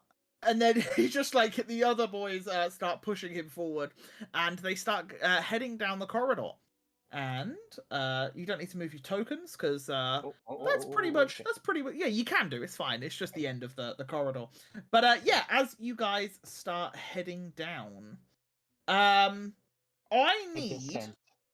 I need two of you to roll me perception checks. Any two can choose. Two of you to roll me survival checks, and two of you to roll me stealth checks, please. And you can choose between yourselves. Each person must make one roll, though. Maeve suggests to Arcturus that he now has a new goodie on his ear. See, the problem is I'm shit in all those rolls. So Exactly that. But if I were to choose, I would go for perception. Perception or Yeah. survival for me. I'm gonna do I survival. would probably go perception as well then. Maeve's Oh, gonna God. point out that she would go for survival if it's lived out there for a while. Okay. Doesn't matter Does where I that go. leave Contessa to stealth? Sounds like could I will also also have to probably- stealth. I could probably I guess also me and him are stealth if stealthy. anyone. I could do survival as well. It was Well- shit anyway. Okay, so that's a 9 from Shion on I'll take perception. whatever's left over. Someone else roll. Oh, survival in that one. A stealth, a 12. sorry. Okay. Oh, I rolled better on the stealth. We need one of each left. So, Hairbell, choose your pick of the 3. Erhard, choose your pick of the 3. Arcturus, choose your pick of the 3. Yeah. Another perception. Great. I'll leave it up to you, Erhard. Thank Oh, you God leave for it up that. to me. Well, that's Yes, very nice. you of choose the next one. Whatever you're better what is at. that? Ability check. You need stealth or survival. Let's Yep, stealth or Let's survival, see. please, Erhard. Okay, not a problem. And then, very nice. Okay. Let me just make sure that you succeed. We all get ambushed in a corridor. We just die. You. A dragon shows up and kills us all. Ooh, okay. So that's 2, 3, 4. Well, that is that's 4 successes out of 6. Is that right? Yes. Means No. it's one survival It's too. it's 4 successes, 4 failures because Arcturus' nat 20 counts as 2 successes. So technically that is dead even, which is 50-50, which is the requirement to check the to succeed it. You have to have the majority, which is thank half God. and half because of the nat 20. Oh wait, God. no, Maeve rolled a nat 1, so it's an extra fail. You failed. No! Okay. Um, as you- Can I pause you didn't on see that? the nat Can 1. I pause you on that? Does my magical guidance count on this? Because you can tap into your inner wellspring of magic to try conjure success from failure. Is that the Tides of Chaos? No, magical guidance. Can you throw it into the chat for me so I can have a look? You can spend a sorcery point to reroll. Yeah, sure, you can do that. I mean, It's an ability check. assuming that my stealth is the one that failed as well. You don't know. Well, Yeah, we probably would. 11's pretty low. it's just this. You need to make that decision right now, Zeb. It just says if I fail. Anyway, I guess I will do it again. Oh god Okay. damn it! Not a problem. I just Uh, thought. No, you failed Wait, too. would I be able to? Is it just a combat thing, or am I able to share my halfling's bountiful luck with Maeve? Ooh. Let me let me take a look at that. I didn't even think of that Oh, one. I heard might have just failed now though. I might have just Yeah. failed us then as well. Oh wait, it's this one, isn't it? And it's at the bottom. Bountiful luck. When it happens, shortly sign of fortune. When an ally you can see within 30 feet of you rolls a nat 1 on a d20 for an attack, an ability check, or saving throw, it is an ability check, so you can totally do it. Cool. So they get to re-roll the die. Is that correct? I believe so. Yeah. You can use your reaction to let an ally re-roll the die. Yeah, you can. Yep. So Oh, Maeve, you get to re-roll. Maeve. There we go. That Nice. a success. Well done. Good job. You guys pulled everything out just to succeed that. It's a But no, success, but due to the to Feels like Erhard's it was a reroll, good thing. Well, No, how Maeve did it counted already as fail? double thing. Already an failed. 11 was the fail. It's It He was a almost fail rolled on anyway. that one too, though. He almost rolled another net. He Yeah, only yeah. almost liked. But yes, as you guys start traversing through the tunnels, descending deeper and deeper beneath the surface, you find all manner of pathways. However, with the dwarves' aid, with their necklace, they guide you down which pathways they believe is the correct one to head towards the Hall of Dwaladin. And as you start descending through, there are many twists, turns, drops, and inclines through these tunnels. Eventually, you come across a smaller like tunnelway as the dwarves stop here, this way, and they duck down. You all manage to fit. If you had Andros with you here, it would be very funny. Arcturus, you have to duck your head very low down as you're walking through, but yeah, Andros would be like crawling. And as you guys go through this smaller tunnel, it opens up into a larger area, and I will put you on the map. Now, please tell me you should be able to see just this room, nothing else. Yes, I only see a little small And bit. you should see everything because there are lit torches. And as you walk through, there are very faintly lit torches. The embers are growing. And this room is much hotter than everywhere else that you have been. And as you walk on in, you see before you various man-made pillars and a large metal door with intricate carvings upon it, all depicting a large forge and various dwarves crafting and forging weapons. You see a set of weighing scales to the left of the door and a large unlit brazier beneath it. In front of the doors, you see two large rusted metal statues stood either side of the door. In one hand, you see it is holding a spear, and the other is clenched on the door. In front of the door, you see a plinth with a stone tablet upon it. However, from this distance, the tablet is covered in dust, and you can't read it from here. I asked the dwarves why these lights are on. These torches are lit. I don't bloody know. I didn't get this far, did I? If I got here, I wouldn't need your bloody help. Did your grandfather ever tell you anything about it? No. Wait. And he like looks at you for a second, and then all three of them look at you for a second. What are you trying to imply? No, just trying to see if you know anything. I don't know. It's bloody hot down here, though, isn't it? Well, just as cozy as my fireball seems. All right. Well, shall we move on? Yeah, And yeah. Contessa's Yeah. gonna go to that plank. Wherever Yeah, that and is. as you go over towards the tablet on this plinth, and I'll say it's like over here somewhere. It's not actually on the map, but yeah, yeah. And as you go over to the plinth, and you wipe the dust away. Yep.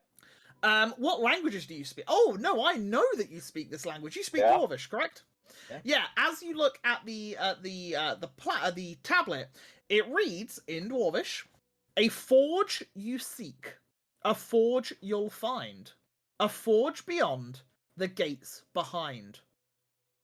A forge you'll find in the darkest times. A light you'll need, and ores you'll find. Giveth to me but a piece of what you seek, and light up the way to turn darkness to day. Piece of what we see. Can Everyone's we have that face. again? Can we have that Can again? I you will- give that to us in writing? Yes, I will. I'll post it in the Roll20 game. There you go. Thank you. So it is a forge you seek, a forge you'll find, a forge beyond, the gates behind. A forge you'll find in the darkest times, a light you'll need, and ores you'll find. Giveth to me but a piece of what you seek, and light up the way to turn darkness to day. Contessa doesn't immediately tell everyone. I kind of beckon the dwarves to come and see if, like, if they would tell the whole thing. I want to ask them what's on here. I'm not going to imply that I don't know how to read it, but Yeah, as he stumbles on over and he's like, "Give us a ear," and he reads it aloud to everyone in common. the whole thing. The whole thing. Did you say the one of the things next to the door wasn't holding anything?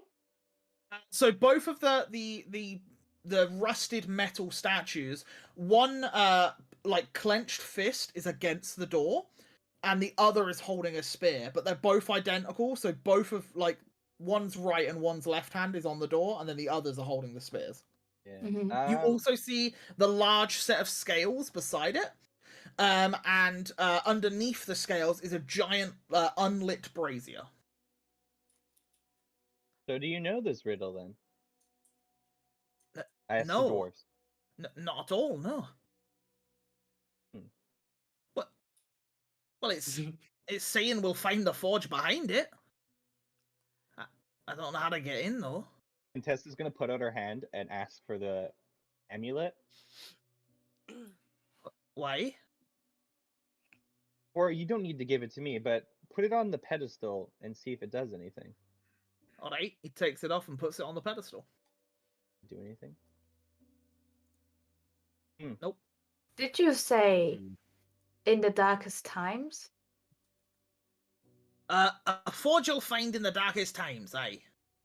There's torches already lit in here. What if we turn them off? We can switch. Well, Octaris and I can put them back on if nothing happens, but it's worth a try. Aye, sure. Bad thinking. There was also an unlit brazier. Can we Brazier. just set brazier? Can we Can we light it up? Set it on fire? A light you'll need. We got plenty of light with us. Maybe we turn off the torches and switch that thing on. Sure. Let's do that. That's a Can I good don't see cast why we Prestigation to can't do just it. switch off the torches? Yeah, so some people go around to turn the torches off. They're not like lights, but yeah, they put out the flames, and they do go out. And then it is completely dark in here. The people without dark vision are stumbling around for a second until Shion, are you lighting the brazier? Yeah. And as you light the brazier up, yeah, the entire brazier lights and it's like a roaring fire for a second, and then it simmers down. Everyone can now see, as you all see, a shift in the door as a window almost drops, and behind the window is a depiction of a like field, and on the left hand side is a moon and the right hand side is the sun. And Shion, roll me a perception check please, because of where you are currently. Oh, 25 is, yeah, smashed out of the park. As you look at the scales, you notice now that the flames have lit, there is depictions underneath each scale, one with a moon and one with a sun. Arcturus, shall we sit on this? You want to sit on it? Well, I got a tattoo. I will point out the scales are above the brazier, So so the heavier side would go into the fire. Contessa's gonna Let's put not sit on it. But Contessa's gonna put a bunch of copper into the day one. You put copper into the day one? Yeah. Yeah. How much? Like 10 copper pieces? 20. 30. 30 copper pieces, and you put it into the day raises, lowers because of the scales, and the night one goes higher, and as it does, you see the flames begin to melt the copper. That the heat is so strong it's melting the copper, and on the door the depiction shifts, and then the moon goes into the sky. Did I do that backwards?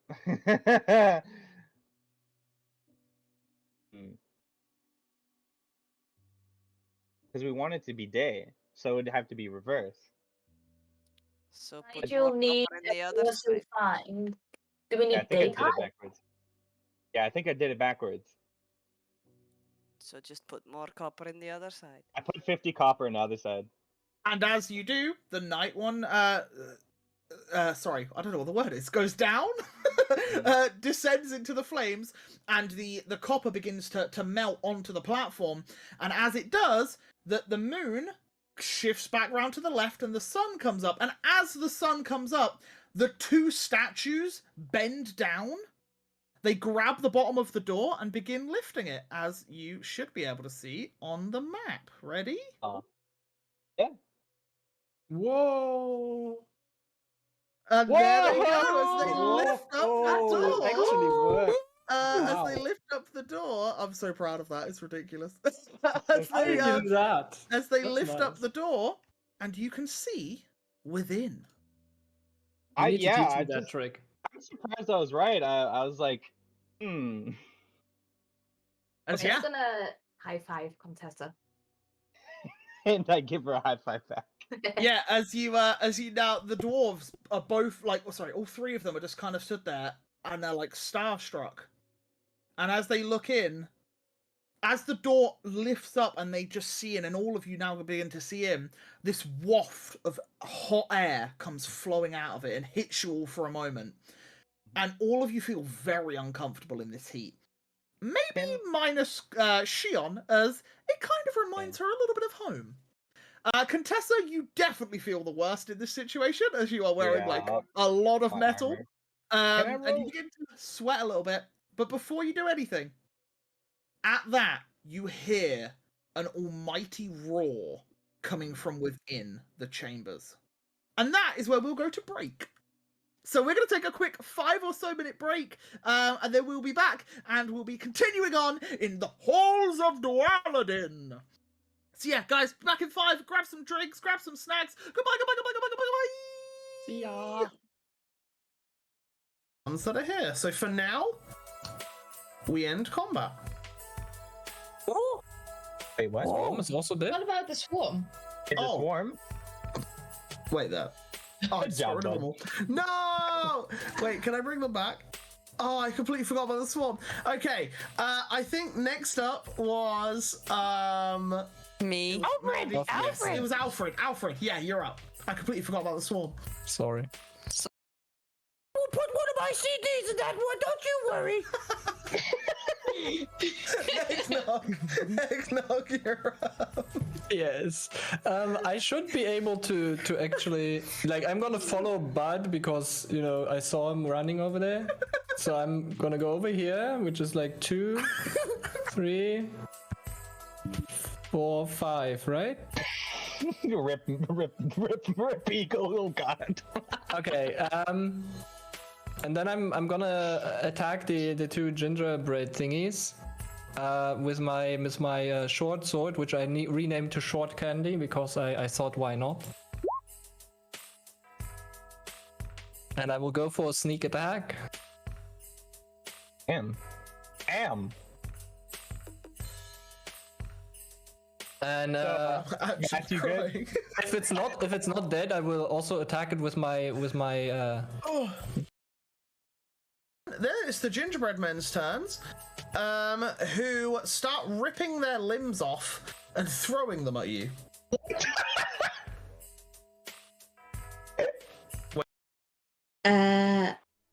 Like Eagle, also playing through Breath of the Wild, but not for the first time, and also not trying to rush through it because it's my third time going through it. I am currently suffering through what we know as the sword trial. And before I stand up, Melody is clearly humming in herself, like, Woodworking, woodworking, let's get coal miners. Let's make not a misery, nobody gets hurt. Oh, wait, I'm coming. I will dip in the jar and just put it down for him to eat from. Yeah, he starts eating it. Erhard, can you roll me 2d6, please? Me? Sure. Yep. What have you done?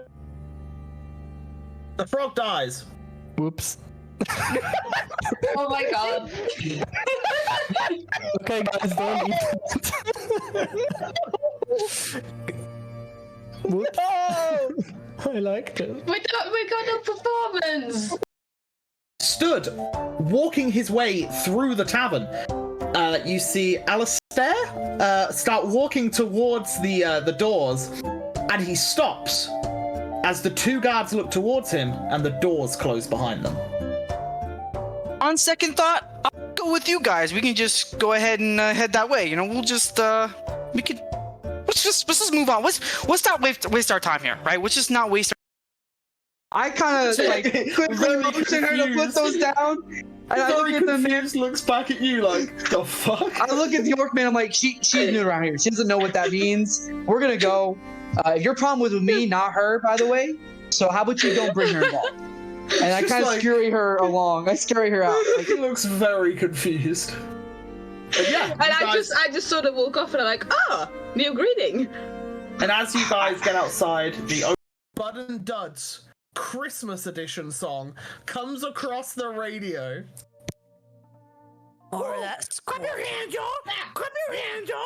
It's Bud and Dud! We're here to stay! Yeah! Oh! Make the music play! Yeah! Oh! Yeah! Bud and Dud! Jingle those bells! Jingle those bells! Woo!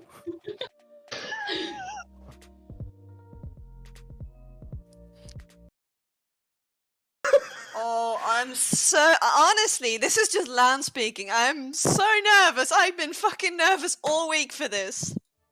Why? For fuck's sake! As you cast the spell, it burns. It burns before you.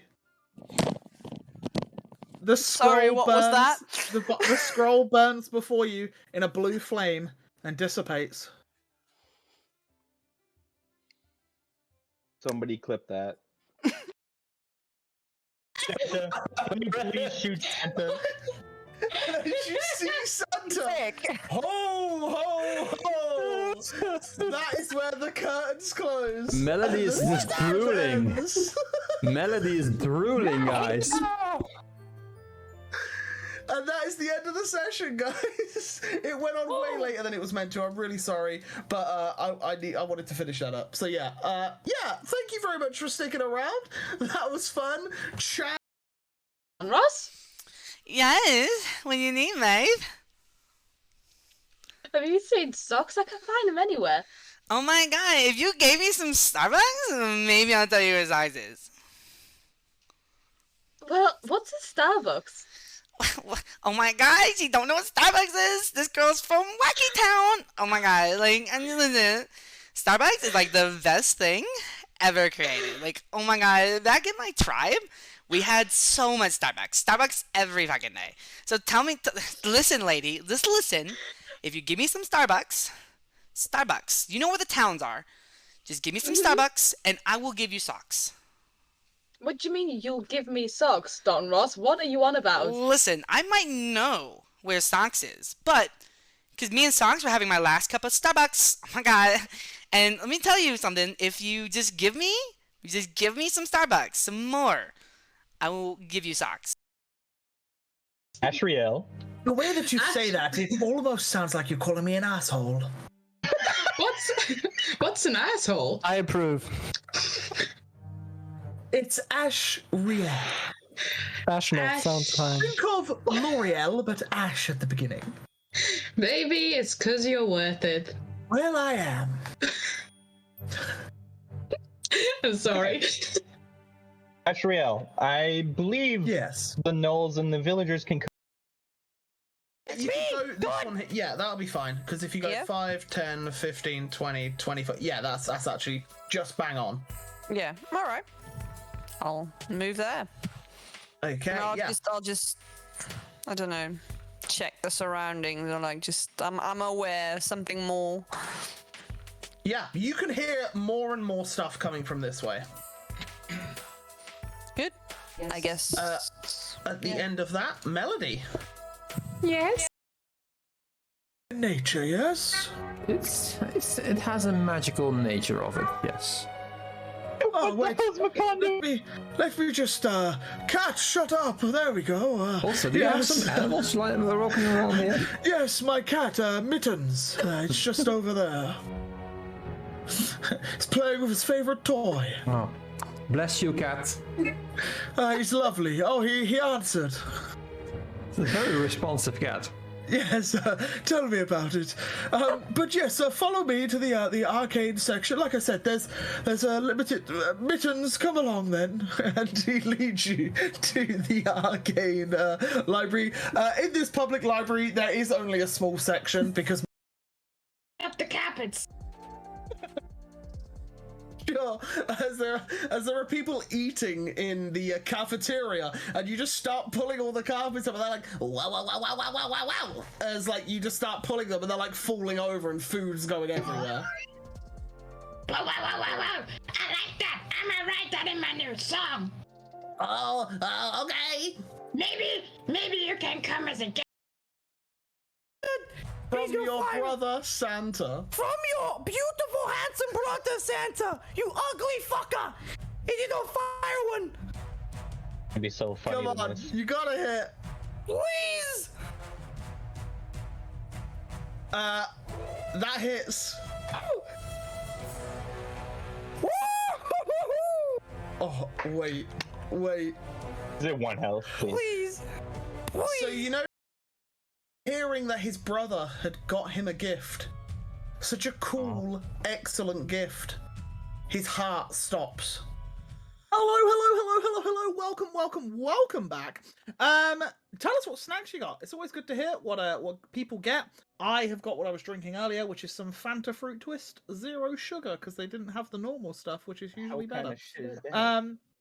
It's really good, but look how like vibrant it is. Like it kind of looks like a cocktail, but it's not. Yeah, it does. What did you guys What's get? it alcohol? You've got a health potion. Water. I just have some beer. Water. But it's different Pepper. beer this time. Nice. Awesome.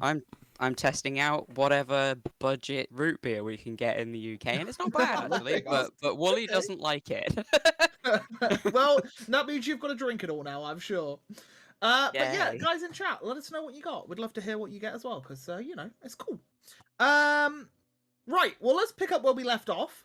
As the roar of this beast from within echoes down the hallways, and this waft of warm air hits you all. And yeah, you're all stood there. As I would even say the roar makes some of the dust unsettle from the ceiling and drift down to you. I roll an Arcana check to see if I sense anything. Sense all. anything? Well, particularly. Sure. Contessa, as you're there, you sense that this door and the statues are clearly magical. And everyone around you seems to have some form of magic.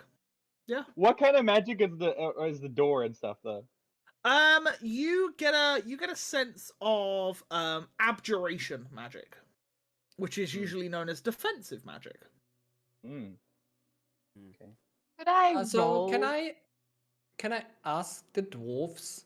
So, your ancestors, did they ever mention that, like, since these are halls leading to grand treasure, are they trapped?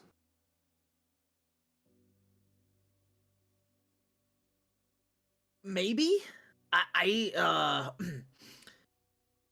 hadn't thought of that. Ooh. Since we're this far down, would you Is there a mind heart says explaining that? what you're looking for down there?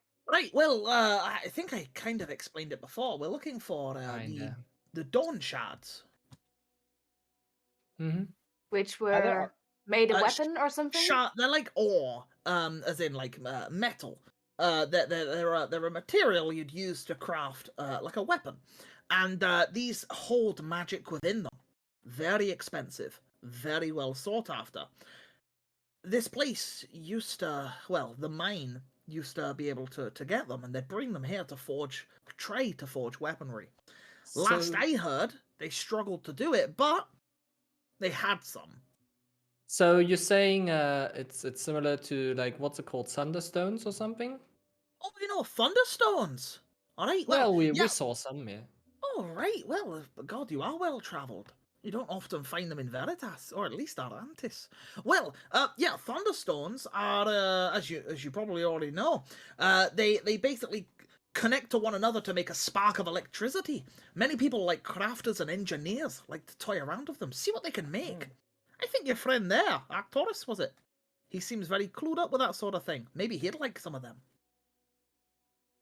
All right. As So it Erhard seems, mentioned yeah. earlier, with the traps and stuff, can I like use the magic I sense on these the statue and doors, and as we go in, if I can kind of sense any of the other defensive magic, abjuration magic? I would say it was for the area that you rolled for it in. Okay. Could I? This is a big stretch, but if I concentrate really hard, could I do a survival roll on seeing if I have any sort of idea if this roar sounds like anything I've ever heard before, any animal? Sure, roll me a survival on nature. And Tessa would not know. I definitely haven't heard any monsters like that, so I'm not even gonna roll. I would say with a 16, if this is a beast, this thing's got to be pretty big. You've heard, like, large grizzly bears roaring. You've encountered griffins. You've encountered a hill giant. But none of those seem to even come close to what the size of this creature could be. It seemed very large. Do you Guys, know if it came from left or right? It echoed. You wouldn't know. Ah, It echoed because the halls are, because there's like a load of halls. It just yeah. bounces off the walls. You wouldn't know. so So I'll before tell we- everybody that but obviously, like, guys, this whatever this is, I don't know what it is, but that hill giant, it wasn't. This is much bigger. So before we go in here, let's try and tread carefully, because since this door was like clearly locked behind some mechanism, I'm sure there's something guarding the place, like whether it be traps or other things. Yeah. And Contessa, I'm assuming, go ahead. that I'm assuming as well, because of the atmosphere down here and whatever that was, we're not going to find any troglodytes down here anymore, so we'll have to look out for something else. Whether it be traps that these gentlemen's ancestors didn't tell anyone about, or wherever that is. It's still probably a good idea to be careful, because we do not know where it is. But When I look, right, sorry. no, it's I'm just gonna look at Um, Shion, because of the heat that came out of the room, right, as the door opened. And you think that the gate, and I'll also look at Herbo. You guys think that this door, this gate, or wherever this leads to, could have anything to do with the gate of the plane of fire? The fact that the fact that it is so hot in here, yeah, kind of makes me think it does. I Unless would there's say that's two probably a gates good of fire. guess. No, this would probably be the hall's doors, not the elemental gate. Because otherwise, if we The as soon as we elemental walk, hallway to the gate of fire. sure. Like, I'm pretty sure there's Either- not a volcano down here that we weren't aware of. So yeah. Either that or there is that roar that you just heard was a dragon and he's breathing fire into these holes. Can I just follow Contessa before she goes any further? And can I check Arcana check or something on the hallways, like into the hallways? Contessa's gonna roll a survival check. If I can detect any walks in. magical traps, I guess. Right? Is- I can't hear Oh, you. you're muted. You're muted. As the pair of you start walking in and you start to do all of this, Shion and Hairbell, you both notice that one of the dwarves keeps looking at the back of his shield. Can I have another magical guidance?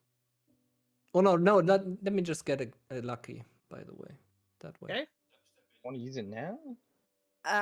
Dude, I like it's fine. Then we'll just re-roll, right? That's how it works. I'm just gonna ask the dwarf, Yeah. what is wrong? You seem a bit upset. Oh, nothing at all. Just making sure the equipment's all operational. You haven't even Now, used now. it yet. Aye, but we might need to. Obviously, if there's traps, maybe the shield can block it. If there's creatures or monsters, maybe I'll have to use it. Yeah. Well, should we be moving on? Can I check whether he's lying or not? Because he's lying. Sure, for roll an himself, insight I check. know it. Can me and Erhard hear this too? I would say you two have gone into the Busy. hallway and you're a little busy, preoccupied doing what you're doing at the moment. But the rest of you are still in the main chamber. You can hear it. Can we also roll inside, or Sure. just? Yeah. If you Yeah. that's fair enough. They're suspicious of them. Ooh, Harabelle, the old lady Okay. knowledge. All of you are unsure. Shion, you don't believe he's lied to you yet. So why would he start now? But they're pretty hard to read. They do seem a little bit sus, but maybe it's just them.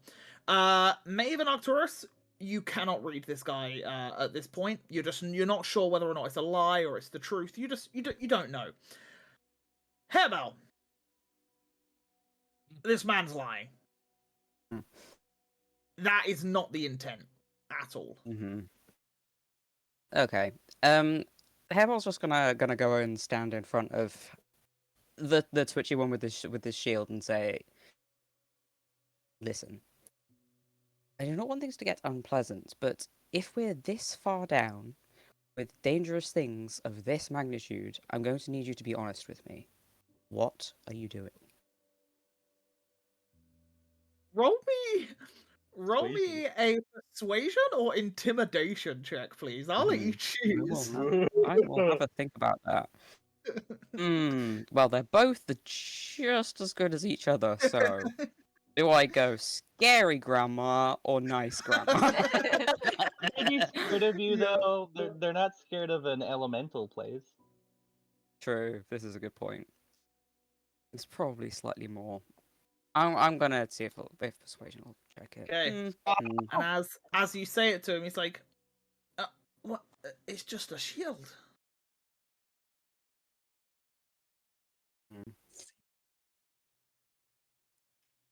If this affects everyone, I hope you will be honest with all of us in due time before it gets to be too important. And she's just going to walk towards the hall. Yeah, and you see him sheepishly nod. I wish And Contessa would hear this. Contessa and Ahad, as the pair of you walk into the corridor, and you're like checking, like looking up into the ceiling. You're trying to sense some magic. Neither of you sense anything. Oh damn. Cool. Well, I mean, whatever. Just make sure, right?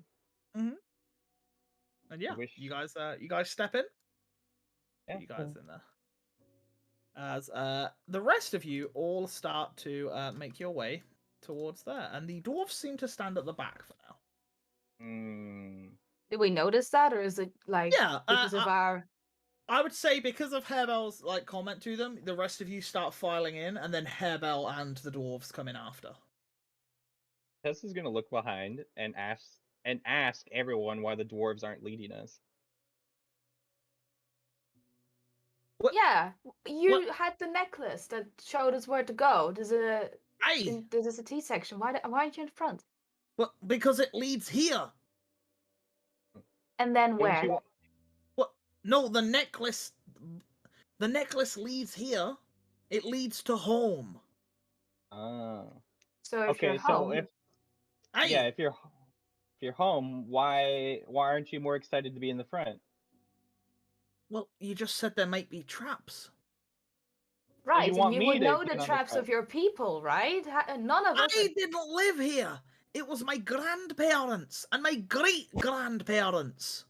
Contessa wants And they to roll didn't insight tell on you that anything? because Contessa wasn't there. No, What kind of family were you? a disjointed one, clearly. Please. Oh, thank God. Yeah, you can tell that you can tell from his mannerisms that he is lying about having family that are from here. Okay.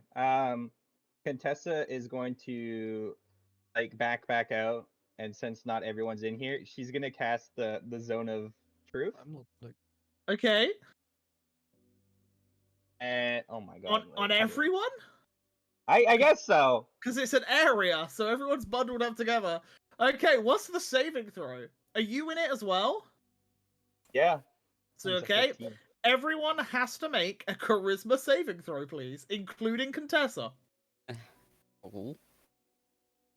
Woo! Wait. I'll make 3 Whoops. for these guys. Failed my NDC by 1. 3. Okay. 2 of them. 2 of them. 2 of them succeed. 1 fails. What do we know which one? Yeah, you know exactly who's failed and who's succeeded. So you know Herbal's succeeded. Sorry, has failed. You know that yourself has failed. Hmm. And you know that this one dwarf has failed. Everyone else succeeded. Is it the shield one that failed, or? We'll say it's the shield one, sure. Okay. Contessa, after because she's been in the front for a while now, she's gonna straight up. I guess she'll be more intimidated and ask them what is truly going on here. Otherwise, we are backing out and dealing with the troglodytes. Wait, what? And she's What- gonna cast intimidation on that, I guess, too. You're gonna try to roll for intimidation as well, then? Yep. Wait, where is it? Okay. Ah! As you try and like shout towards them, the shield guy, he like turns to you and he's like, "Look, we're going into the halls, right? The halls of this place. I'm just scared. Okay? You said there might be traps. If there are traps, I might die. If I die, I don't get what I came down here for." That's true. But what are you truly scared of besides the traps? Well, whatever that beast is that's screaming out to us. The troglodytes. Mm-hmm. So do you really have family that lived here? No. And he like looks at everyone. He's like, no. Well, thank you for that. I'm gonna look at the other two. I'm gonna look at the other two and ask them. So is he right? No, he's just being silly. Uh huh. Why'd you I say look no back. for? Of course we have family aches. So shut the fuck up. I look back at the shield guy and said, "Where did you get the amulet from?" Him. And he points towards one of the others. Fucking bastard. Where did he get the amulet from? I don't know. He Ask the found shield it. guy. Contessa, ask him what's on the shield. What's on your shield? I wish not to disclose. You someone guys grab are a being shield? really weird. Can you be like upfront with us? Or And not? one of the Contessa's others gonna- say, I would "Right, like to fine, persuade them to fine, do that. fine. Okay. Stop. All right, we have a map. Map. Well, show us the map. Yeah. And he turns the shield round, and you can see carved into the back of the shield is what looks to be the layout of the halls.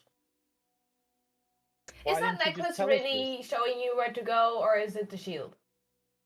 Right. The necklace is a magical trinket that we found on a dead dwarven body. We did Ah. not kill him. We tied it to this place. We found out, we did a bit of digging, a bit of researching, and we thought, well, let's make a few buck. However, nobody wished to take this venture on because of how scary the sinkhole was. So, we went to Arkenvale. Arkenvale said to us that they were looking to pay a group of adventurers a large sum of coin to deal with the infestation.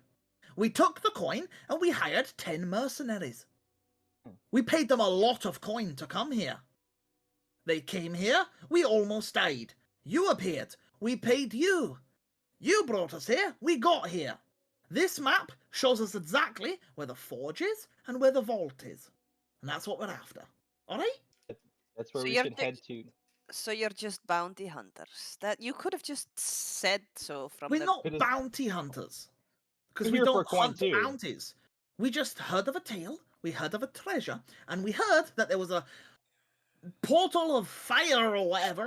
Well, that's a lot of bloody rubbish, but maybe it's not now. But you know, like, we didn't know. It was just a story. It was hearsay. They used to say these things to scare little kiddies. So- Where did you find a dead dwarf? We just found him. Near Where? Cairo. Cairo.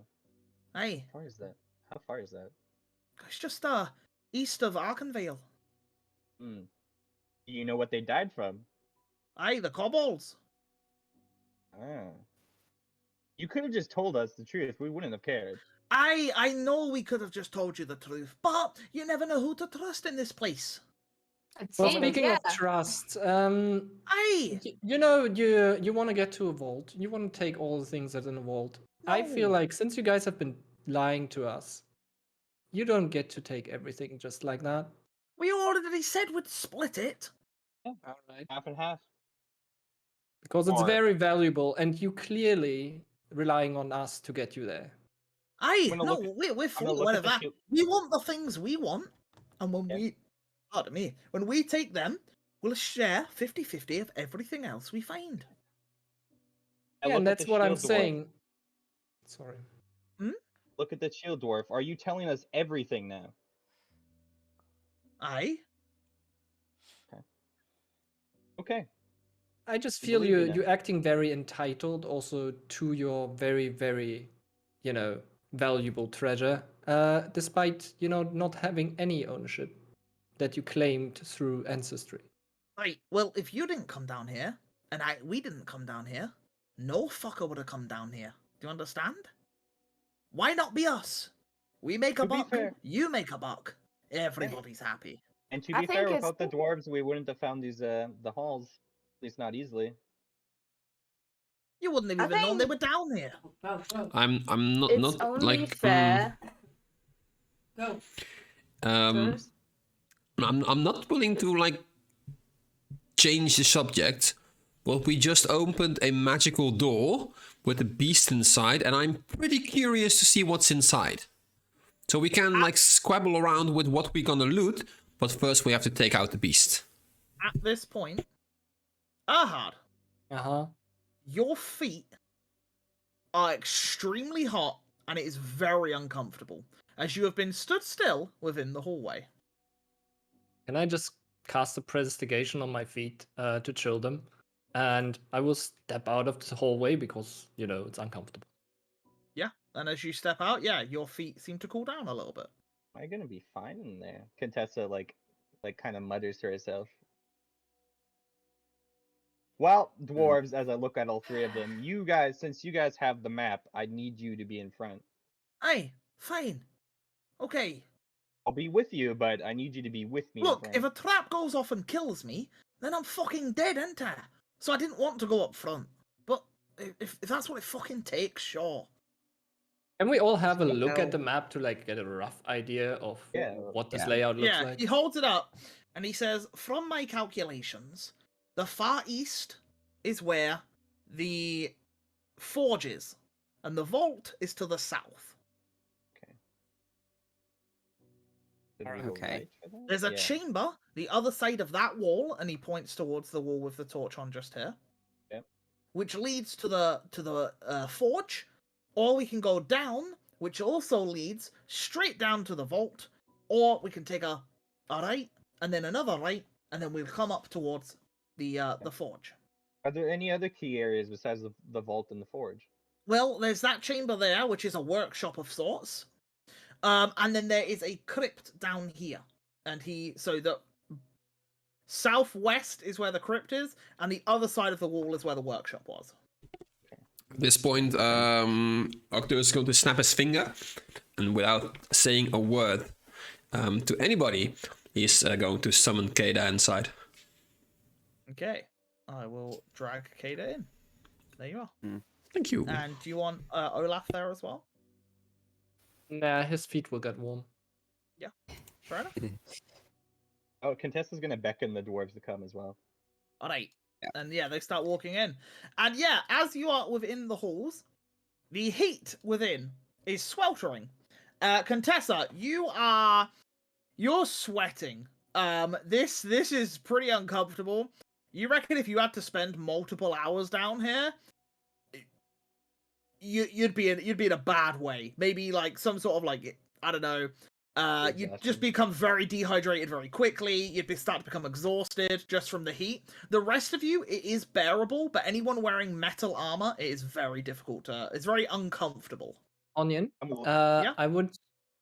So the chilling of my feet lasts for an hour, and if I Yeah. understand correctly, I can do 3 of those. Every 3 of 6 these seconds, yeah. effects. I would like to just cast the chill on Contessa. Yeah. Okay, sure. I will say if you are casting it every minute or so, it does make it a little bit more bearable, but yeah, I mean, it's it lasts for an hour, it says. Yes, you're But also then he heats back up, though. yes, it stays there for when you cast it, and then the heat overtakes. Oh, okay. Yeah. Sure. But I just make her feel a bit more comfortable for. Yeah, it's for like the putting an while. ice cream in the oven, and then yeah, it eventually just melts. Even if it is super cold, Sure. it still melts. Yeah. But Cool. as long as I'm within 10 feet, I will just Yeah, no problem. do that. Okay, I tell the dwarves to beckon the way. Okay. Yeah, so he says, well, which way do you want to go? We going vault or forge? I feel like the forge. No, the vault, then the forge, right? Are you trying to craft the weapon here?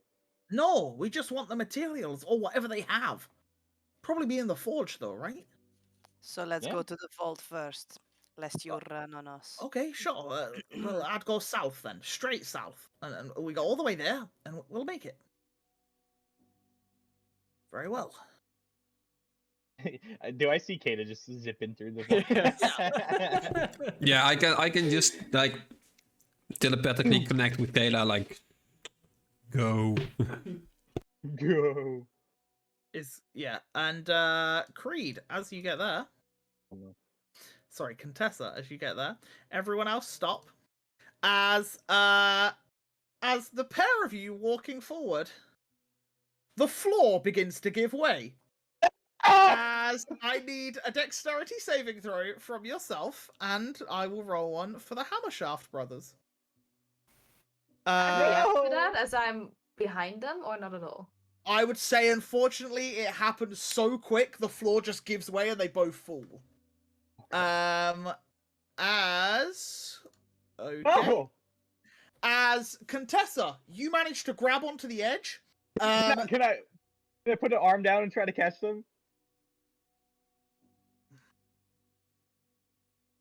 I'll let you choose which one. I try to get the shield guy. Okay, sure. Roll me another dex save, please. I should just fall in with them at this point. Okay, not a problem. You do grab the scruff of the shield guy and stop him from falling, whereas the other two plummet 20 feet as they fall down to a pit. They take an amount of damage. This is not going to be good. So they take 8 points of damage. Yeah. Okay. Yeah. Okay. And then let me roll a d2. Okay. As you hear a splat at the bottom, and as you look down, the guy with the pickaxe and the hammer is stood there, but he's hurt his leg real bad. The guy with the crossbow is dead at the bottom of the pit. Oh god. He seems to have fell face first. I beckon someone to help the shield person. Yeah, and I would say with that, Maeve, you can then you help pull up. And I pull up ask the if shield anyone bearer. has rope. Yeah, I have some rope. Okay. Yeah, and you throw the rope down? Yeah. I throw the rope down and I go down immediately.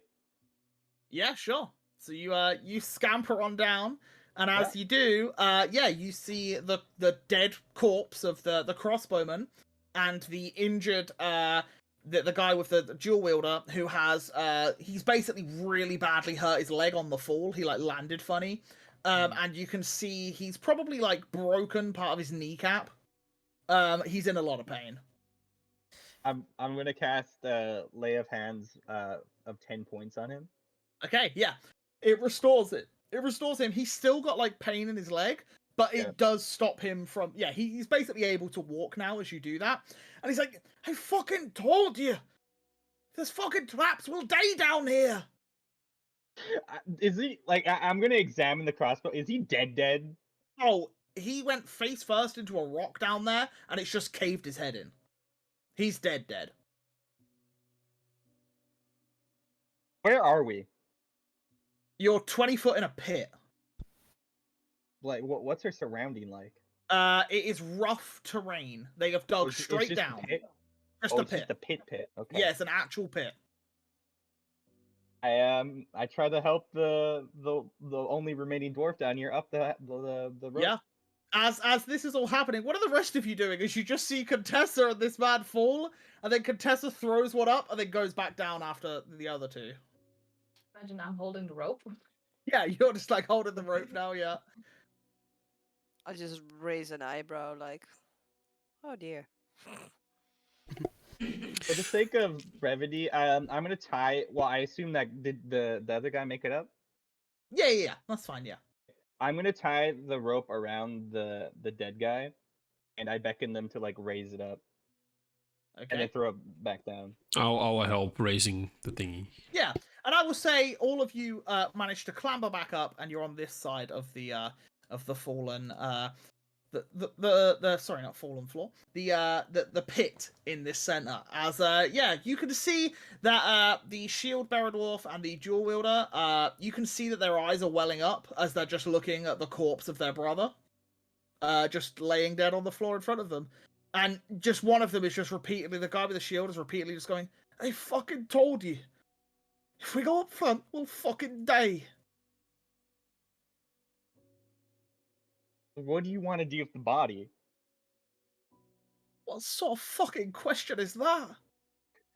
We're not leaving it here. We're not dragging it into the chambers. I'm not dragging it in. I say we can leave it out. He carries leave it. The fireman carries it. Okay. He puts it over his shoulder. Right, so north we go? Well, no, we could jump over the pit. It's easy now. Can we? Yeah, you can jump over the pit. Now that you know it's there, you can jump over it. Mm-hmm. It's just like the sewer. Yeah. Let's jump over. Yeah. And you guys start jumping over. Do we need a dexterity save for jumping or something? No. Now that you know it's there, it's only a small, it's like about a 6-foot jump. You guys with a bit of a run up can leap and get across it, fine. And if as soon as one person's made it, that person can have a hand out ready to grab anyone that's coming over. So I'll say, yeah, you guys can all make that across. That's absolutely fine. Yeah. And as you start to go down here, what is Kada's passive perception?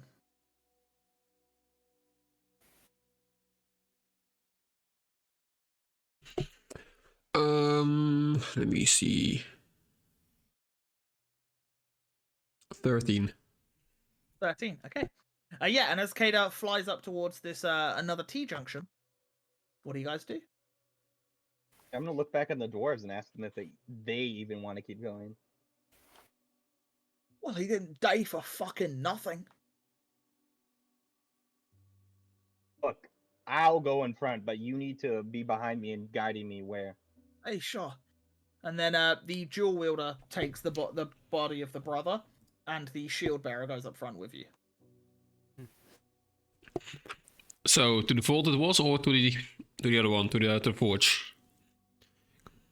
You wanted to To go the to the vault. vault, right? So that was Yes. the right side, right? No, it was dead ahead. Right in front of us? And he like walks up to here, and he's just like, "Hey, that way," and he points Is towards this, the is wall. this a door or? In It's Contessa, just like a wall. Contessa, what would I roll to investigate? I guess. Yeah, investigation check. I don't know. Maybe there's a loose stone or like a sconce or something I can pull. Yeah, 17 as you're looking over the wall. There is a seam to it. And there's as you well know now, there's magic within here. You probably deem it similar to the other ones, and if there is a vault this way, you would know a vault would be protected. Okay, Can I there roll must an be- Oh, go ahead. Seeing you examine that, like, can I just roll an Arcana if I can see anything connected? Sure. Yeah, with a 21, yeah, it's definitely abjuration magic, but it doesn't go any further than the wall. Okay. So there must be a mechanism somewhere else that we can use to open this. Yep. Yes. Contessa's gonna point this way. What is this way? That would be the crypt. Hmm. It's where one of the archpriests were buried. Would you And like what to was the other way? Well, the other way, that way is that heads towards the forge. Let's go there first. Maybe we'll find something to open this door over here. Let's leave this crypt Very alone. well. As yeah, you guys start going along, and yeah, yeah. Yeah. Yeah. I see something, but like I can't see it. You know what? Yeah. So I would say at this point, you would just walk up to there because Yeah. you're unaware because there's walls. Yeah. But yes, when you get to about here, you start to hear the crackling of fire, unlike it was before with the torches. It seems more volatile. I point at everyone to stop, and I'm gonna roll stealth to try to look around the corner. Okay, sure. Yeah, make me a stealth check. Can I join in with that as well and see if I can peer Or out maybe the corner while I'm Hairbell. at You know what? You know what? Contessa's not even gonna try to stealth. If Hairbell's gonna do it, it? I'll give it a go. Alright, I'll see if I can stealth off around the corner and see what's going on. As you sneak on up to the corner of this wall, and as you do, you immediately trip. Unless you want to use. Halflings get a reroll on. You right, yes. bombs anyway. Reroll. You are right. Halflings get to reroll every nat one. So a 14 as you trip but catch yourself. And then yeah, you peer around the corner, and as you do, you see a 2.5, 3 foot tall, small humanoid-like creature made completely of magma and fire.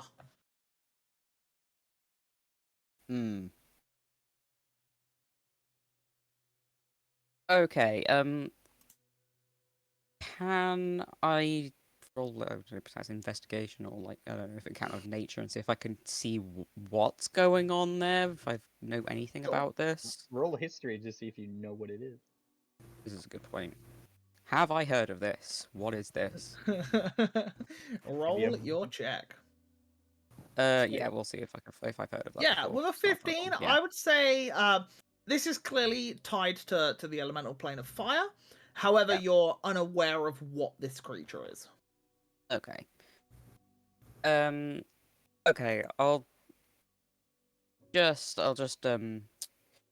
turn back to everyone and just, well, it does seem that this is because of the elemental plane of fire. There is a creature around there, and I do not know what it is, but it does not look good. I look at Maeve and at a Hairbell, and I ask, "Do you think this thing can be reasoned with?"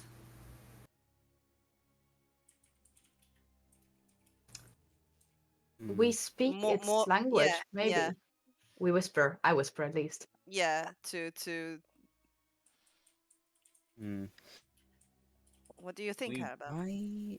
I do not know enough about these creatures. Planar magic is very, very outside of my realm. It's very difficult to come across any information as to that. But if you think it's worth a try, then I would prefer it to not have to come to fighting them. Fair enough. Shall we go, Maeve? Sure. We'll back you up perfectly fine if you want to give it a go. It's gonna turn out horrible, but do it! Do it! So, You're muted, Onion. Shion and Maeve pop round the corner. No, not yet. Oh, are you? Are you already? Shion not goes yet, round no. the corner.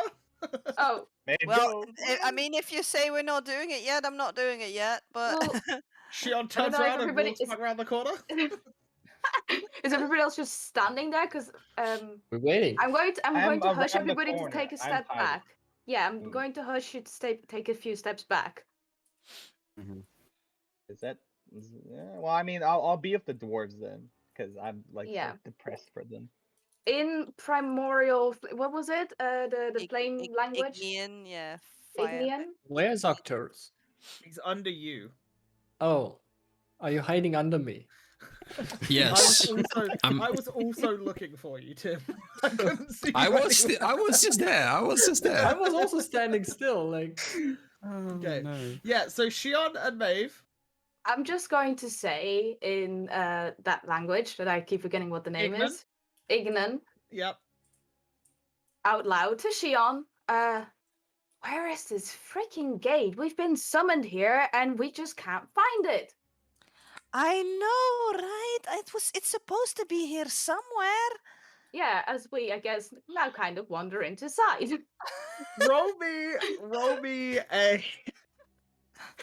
Roll me a deception check, both of you, please. Performance. You're just like, oh, we're totally meant to be here.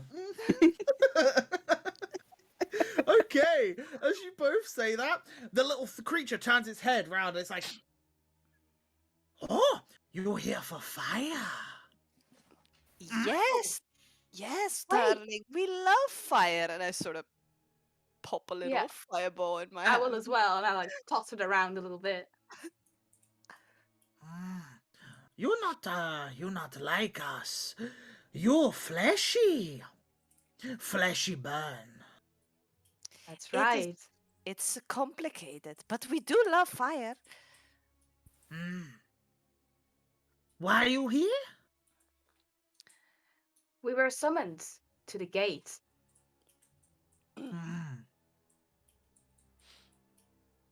Gate by vault. Yes, but we do not know how to get there, darling. Through wall. And how do we do that exactly? How to get through wall? Touch wall. Ah. Well, with fire? No. With the fleshies. Oh, that's good. We have flesh. Thank you very much, sir. You're too tall for fleshies. Too tall. They wider. Ah, I think I know what you mean, but thank you anyway. I think I know how to deal with it now. Okay. You come then. He'll be happy. Yes. Will Okay. be. Thank you. Bye bye. Thank you. And I sort of Bye. walk back. And he just starts skittering up, and you see another one skitter down, and they're like bickering to each other, like, "Oh, fleshy speak, fleshy want fire," and that's what they're just like talking about up there. That's what you hear. And we just wander back to the group and tell them what happened, I guess, but also that there is somebody behind the vault. Something. Yeah. There is a he behind the vault. And if we want to open the vault, and I sort of point at the two dwarves that are still there, you need to touch that wall there. Oh, the dwarves have to touch it. All right. Did You want me to you do it now? did you say there might be the portal behind, like in the vault? The vault is behind the wall that the dwarves are going to touch. Okay. Okay. The dwarves touch it?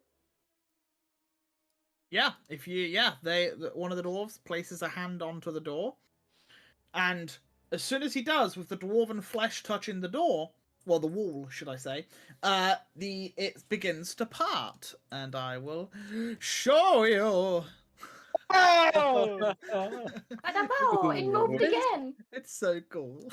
But as the wall parts, you see a few more of the creatures turn their heads towards you, as well as a 2-foot long, 1 foot wide, fiery snake as well, which is there. And the snake begins to hiss, and this one down here, the little magmin, looks at you all, and he's like, "Fleshies will burn." And I think that is a perfect point to end the session. As I think, if we start combat now, we could be in it for a little bit longer. So let's end it there, and then next week we can pick up where we left off as the fleshies burn. But yes, that was pretty awesome. Yeah, I liked it. I got to try out all my new little toys and gadgets within Roll20, which was really cool. Congratulations on that, Matt. What was your expectation, and how did you like it? It was cool. It was really cool. I had some issues setting it up, but once it's set up, it's great. It's great. And the session was awesome. I love the session. You guys finally got into the halls of Dwalladin. Yeah, next week should be interesting. Should be very interesting. So let's go around the room. As we do, let's go around the room. And Tim, take it away. Tell the people who you are and where they can find you. Was it? Hello? She's done. Yeah. Yeah, I had to wait until Lan was done coughing, so... I was like, what is going on?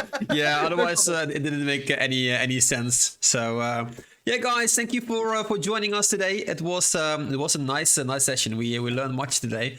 And normally you can find me at the Team Logic NL channel, where I play RimWorld together with Lan. And we're playing tomorrow, so be there and have fun with us in the Team Logic channel. And see you guys next week. Awesome. And below Tim, we have Frith. Frith, take it away. Hello again. You can find me at Frith the Traveller. Again, still on a little bit of a break while I figure out my new schedule. Hopefully we'll be back at some point, maybe on the weekend if I have some free time, with art and whichever new game I happen to start. Awesome. And normally where Frith would be is the Eagle Outlaw with a 0, not an O. Make sure to check him out. He does loads of Pokemon content and other such things. He's amazing. Go check him out. And yes, definitely, Marie just said it. Go check out Frith's online portfolio because it's very, very cool and has very many cool D&D and Zelda and everything over there. And you've been drawing some amazing Horizon Zero Dawn creatures and stuff, which I've loved. I've loved watching it. I've been lurking, but they look very cool and I love it. We'll jump over to Smitty. Take it away. Oh, this cliffhanger. I had so many ideas already. Yes, you can find me over on Smitty Jane on Twitch. I'm starting my very first playthrough of Horizon Zero Dawn tomorrow, which I'm very excited about. Ocarina of Time on Sunday as well, if you're into old games. Come back next week and see if we don't die. We already have one casualty. Yeah, definitely. That poor dwarf who you didn't even ask their names. But yeah, the poor guys, the poor dead dwarf number 3. Um, didn't even ask his name. And across the other side of the screen, we have Zeb. Zeb, take it away. Only counts as half, isn't it? Anyway, you will find me over on Agent Zeb, the Twitch channel of mine. And yeah, I play some Triangle Strategy. I play Crusader Kings. I play Might and Magic Legacy at some point again. But we'll see. New schedules ahead. But most likely Monday and Wednesday evening at least. Awesome. And above Zeb, we have Creed. Creed, take it away. Hey guys, it's the Guildmaster Creed. I'm traumatized from basically getting a dwarf killed, but whatever, fuck.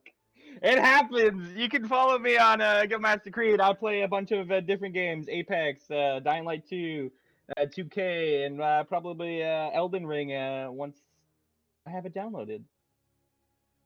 Awesome. And our poorly Land, take it away. Yes, hello, this is Lan, suffering from COVID still, but yeah, doing D&D with all of you made me feel a little bit better, so that's all right. Yeah, you can usually find me on Team Logic and L, usually on Monday, but I think I'm gonna swap to Wednesday for at least a few weeks because I won't be available on Monday for a good amount of time. I'm not gonna say I'm gonna finish my RimWorld play because I'm probably not, but let's try anyway. It's not happening. No, I know. I said it Cake last is time. alive. I'm saying Ever. it It's not gonna again. happen ever. It's not happening. I know, but yeah. It will eventually, just not yet. Exactly. Brilliant. And then finally myself, I am the Onion Soup, where we do oniony and soupy things over on the channel. I've just updated a load of panel art and schedule and all that stuff, and we've got some new emotes. So do come on over and check us out there. We are currently doing Mondays and Wednesdays. We're doing Pokemon normal type monologue, which is going great. And we are also doing D&D every Friday. And then on Sundays, I play Horizon Zero Dawn, and I may be doing a random impromptu stream tomorrow because my partner is not home. So I was like, what else am I going to do in my time? So I thought, I might stream. Not decided yet. You'll find out on the Discord. It's all good. Maybe I'll do it. Maybe I won't. We'll see. But yeah, that's it. That's it for today. Thank you guys, everyone that watches on the YouTubes and on the Twitches. And I found out recently that my dad's actually been watching this as well, which is kind of funny, Oh. right? So, Hi, if you're Dad. watching, that's a shout out for you, the Onion Dad. but yes, do we have someone to raid out to? We do have. Hey, let's go. So, Smitty, you can do the introduction for that. He's muted. Muted. Mute. Muted. Whilst we were all saying our goodbyes, I did some little digging, and I did see a group called Critical Role who kind of look like they're kind of cool, but they're doing a rerun, so we're skipping them. Okay, cool. Anyway, there's a group who's actually playing in real life, it looks like, but they are streaming it, or at least the DM is placing their tokens around, which is really cool, and they seem to be in some sort of dungeon as well. They're called the Band of Badgers. And they all have face cams, and yeah, I don't know, it looked cool. So how about we share the love over there? I love the name, the Band of Badgers. That's such a Yeah, cool they name. look cool. They look cool. Yeah. Also, thank you, Tim, for shouting out at the Onion Dad. I don't think that is my dad, but thank you. And also, guys, what we should not forget is thank you for the follows and thank you for the subs. Yeah, Yes. Distant Shadows came in today and dropped a gift sub and subbed himself. Is that right? So thank you, Exactly. we really appreciate. Really appreciate that. Thank you. So if you guys are ready, Do we have a raid message? Yes. Raid message. the raid has been started and exclamation mark raid. Let's copy and paste Copy and paste. Yep, copied it, pasted it. Let's go. and share the love for guys, D&D. It's been an absolute pleasure. We will see you next week with some more D&D. So yeah, yeah. So there we go. And yeah, hopefully see you guys soon. Goodbye. Bye. Bye.